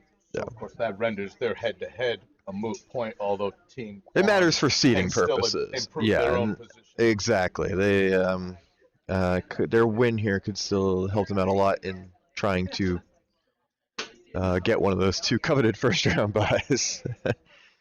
And where did Team Mooney find themselves? They're at 1-1 entering to this. No, they were 0-2, so they had been eliminated from the playoff contention, unfortunately, because of the way the groups played out, where Dunnam and Glessner were kind of playing off for the second spot on sheet B. These guys, they're gonna play for pride. And, Oh yeah, and they love the game. it was a blank. Okay. Thank you, Kitty. You're welcome. So they did blank.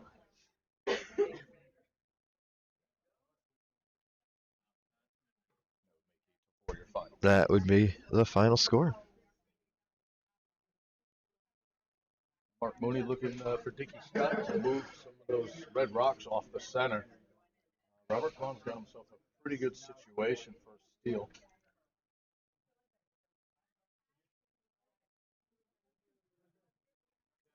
It's not a bad result.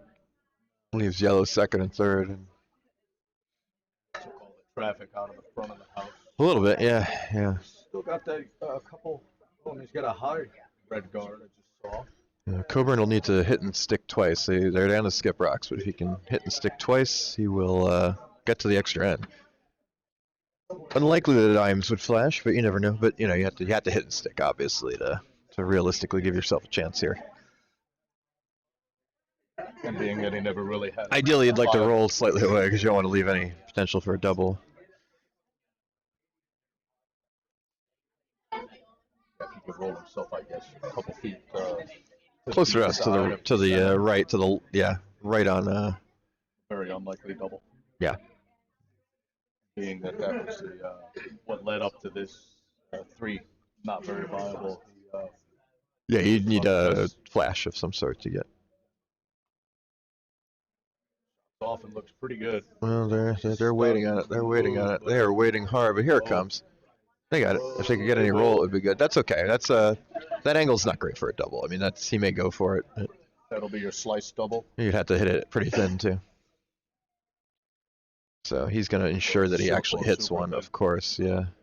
Yeah, you could try to do it, across from the outside. But I think what you want to make sure you hit and stick around and make him have to hit and stick himself to earn his 2. I'm going to try that double myself, especially because. Well, you don't want to have any risk of missing the rock. Yeah. Keep that hammer in that ninth end. I'll be much more likely to. Sure.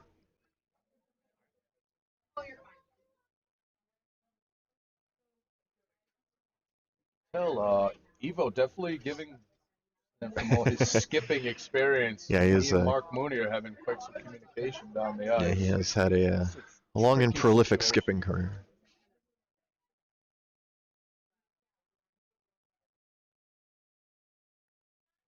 John Gifford steps up to throw his first. Really want to get all those rocks off the center line. There's not a problem here on A, is there? No, I mean, that rock is really moving, but he's got it. He's got it pretty much on the nose. They might even be counting, which is the big thing.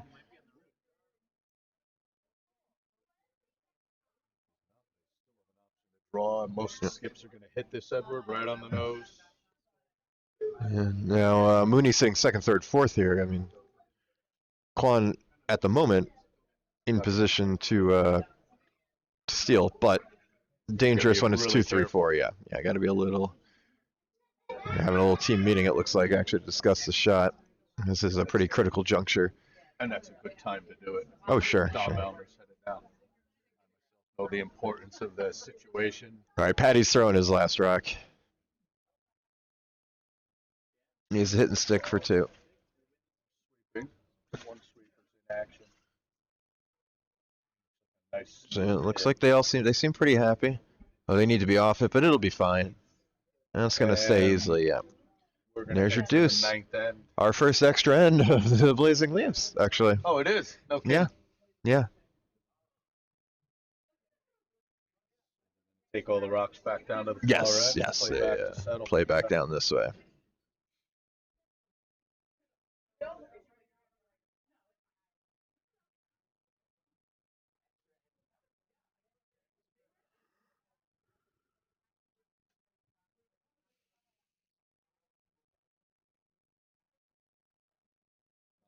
Heading out with his first.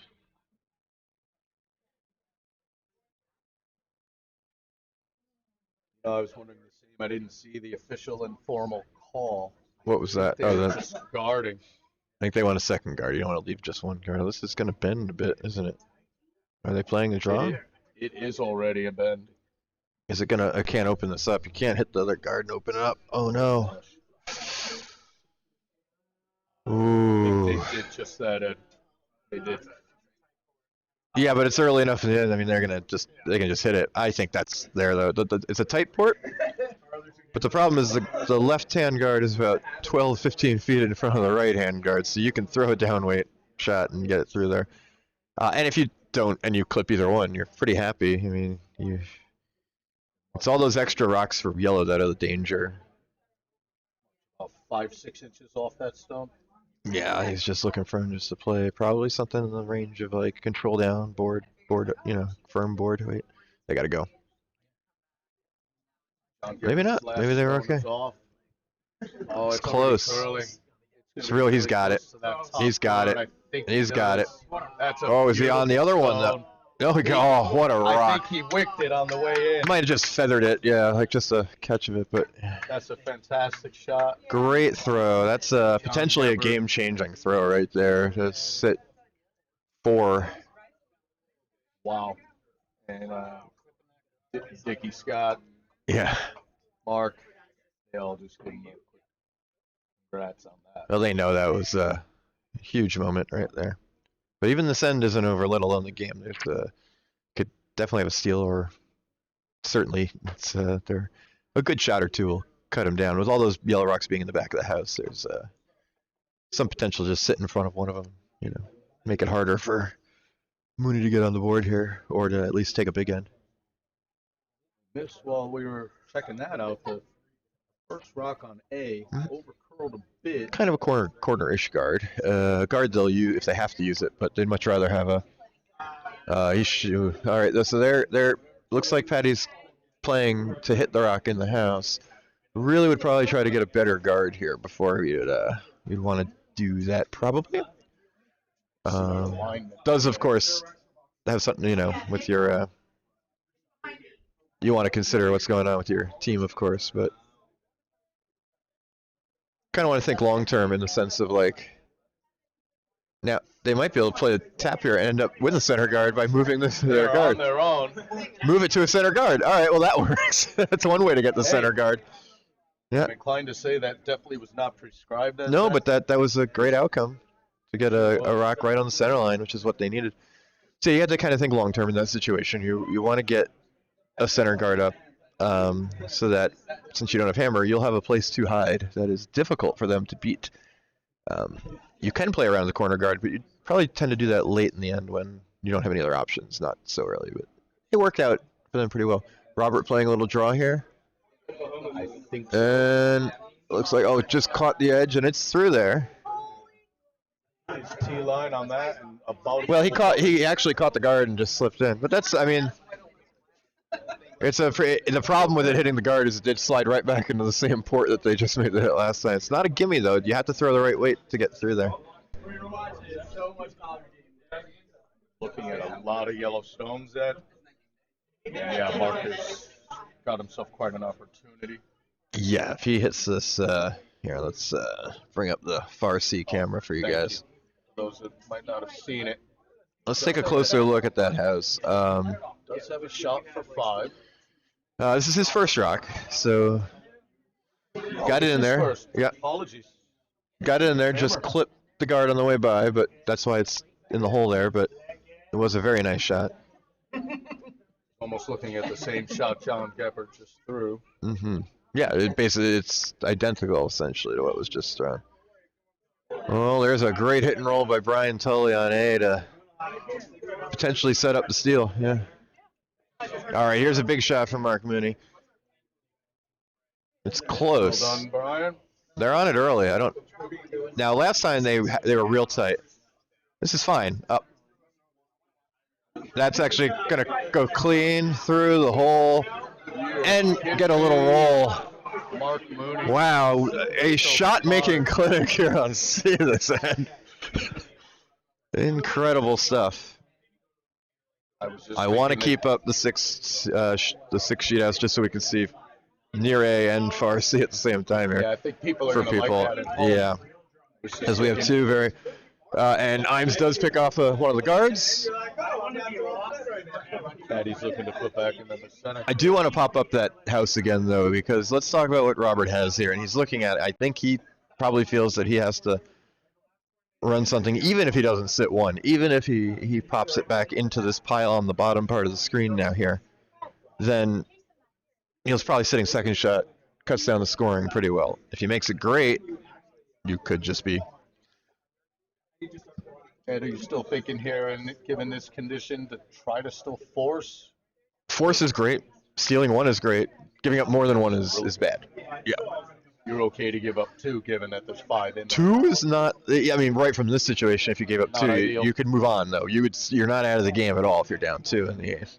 I mean, as we saw over there on A, you can get your deuce. It's not for a good team. It's not. It's far from a gimme, but it's not at all too much to ask for your team to put together a deuce. To get you to an extra end, especially when the other team is not going to go super aggressive to stop you from getting 2. They know that they have the extra end in the back pocket. So yeah, you can fall behind 2 and still be in the game for sure.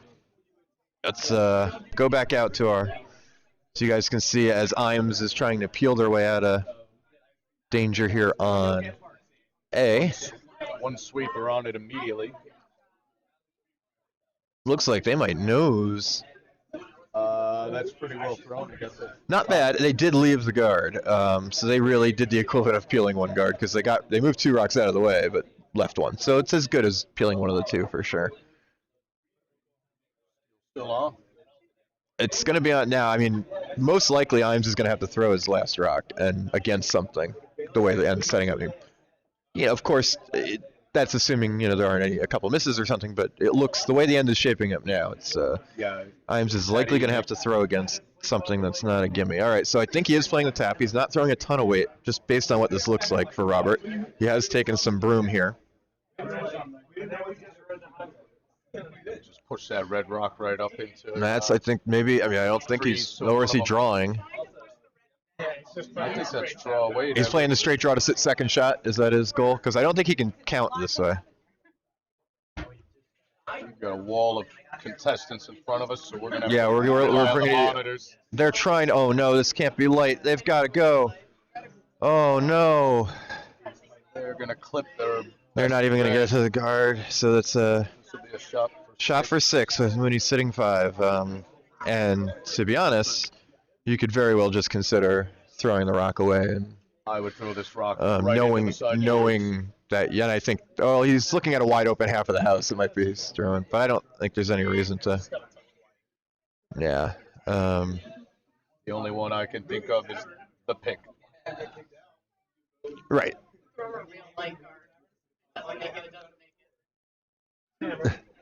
John Jeffries of it. Into the wall. I mean, my call would be into the wall. He's going to throw it. He does have the. He's throwing a draw out in the wing where he knows, and also on this sheet it won't come. No, I think he's. Yeah, he played the handle. He's trying to get 6. He's trying to draw in, which is fine.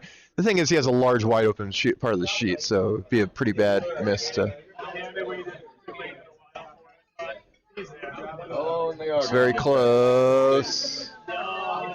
Not quite, but he takes 5, and that's going to be handshakes right away. So, tough ending for Robert Kwan's team, giving it a 5 there in the 7th. But they'll still go through to the playoffs at 2-1, and as the group winner. I'll tell you, especially after how well played and tight that match was. Oh, the whole way along, that was a good game. I mean, Robert's team fell behind early, fought their way back, Fought hard. and eventually did give up the big end. So I guess that brings our entire focus and attention on the extra end on sheet A. yes, let's bring up real quick. I will switch to the near house view in general and get the near A overhead. So you can see on the left there on that sheet, that's what we're looking at. As necessary, we'll give you the overhead camera as well.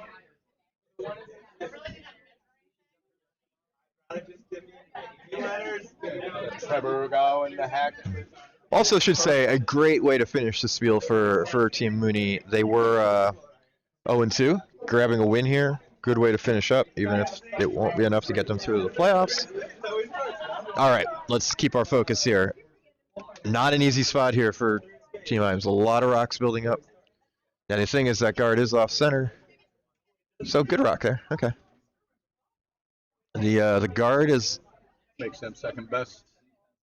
Yeah, they may even be shot now. It does not matter. I mean, I think you're getting rid of that rock at this point. It's not necessarily the ideal way you want to play the end, but I think it makes sense here because what you're going to have is a wall up front where they can't hit and stick, and he's going to have to draw around them probably by the end of the end.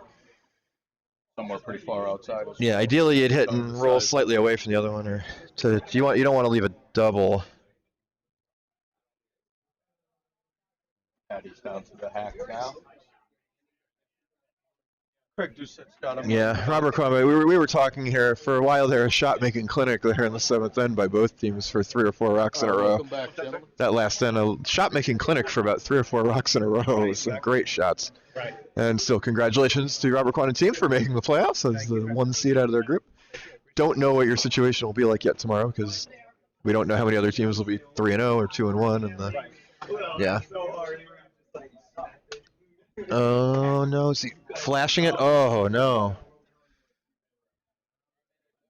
He has. Yeah, that's unfortunate. Probably gonna break apart. I'm not sure what he maybe if he thinks he's second now, he could even play a little tap. I don't know. He's looking at a few different things over there. If he's shot, you could talk. That I don't love. He throws the guard. There might be an in-off hit, or to roll behind, or a tap to roll, to go behind everything. Like I don't think you want to throw the center guard with hammer here. Even if you're counting one on the center line, you'd rather it be open.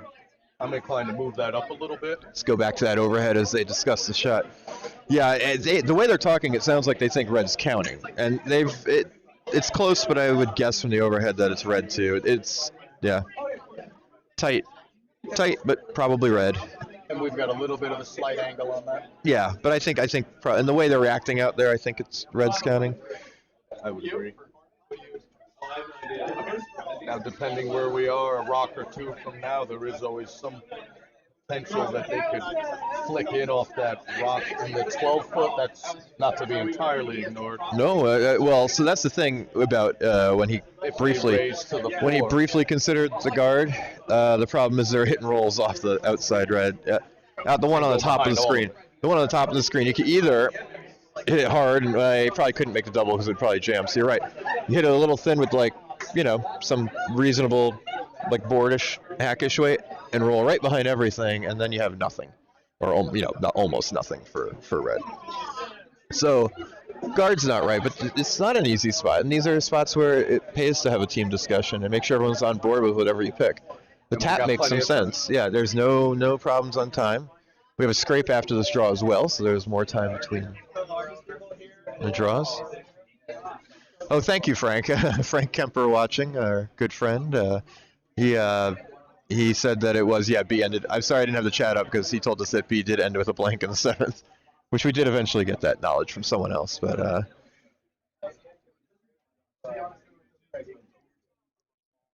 Trevor's got him about just about 2 full stones room work on there. It looks about 3 feet of curl, I would say. It's because most of the 8-12 circle and some of the 4-foot circle. Now, Edward, would you rather these are not perfectly lined up and maybe a little bit off center the way it raises? Well, let's just see. It is coming in now. I'm going to leave it on the overhead camera for you guys because we can see these as the supers come in. It does look like he might pop it up, but leave it behind the tee line. There's a hole right through the middle there. It's a fork. It's on the back of the button. And he only has to, even if he just removes it, it gives him a chance. It's not great. It looks like there's a port. They may not believe it. They may be looking at,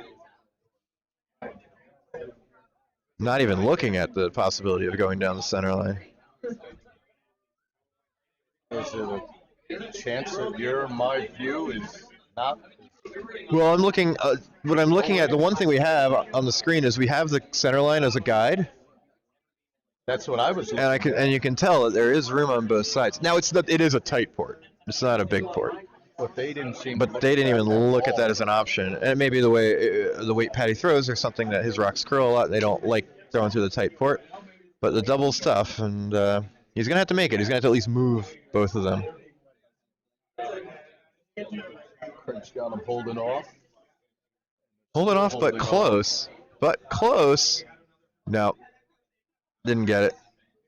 I'll wrap things up on shoot A with handshake. Yeah, so that's going to be officially a score of 1 for Imes in the 9th end. And they will go through as the group winner at 3-0. Congratulations to Team Yes, congratulations to Team Imes. Great job in the round robin. Well played, Team Coburn. And Ed, how many people do we still have with us? All right, so as we close off the 21 viewers here, and as we close out the stream, anyone who's wondering, next draw is at 4:30. There are 3 games. It's our final round robin games. We have Guzman playing Klein. We have Kennedy playing Messing. And we have Team Samia playing Team Smith, the all-pro curling team. So Come on down, folks. Come down if you're here, or tune in to watch. Bars Still open. a couple Bring of some spots food. up for grabs in the playoffs. So We can bring some food. actually 3 spots still up for grabs in the playoffs. We know 3 of the playoff teams. We do not know the other 3. So that'll all be decided at 4:30. So thanks for watching, and hope you're back with us for the final round robin draw later this afternoon. Take care, everybody.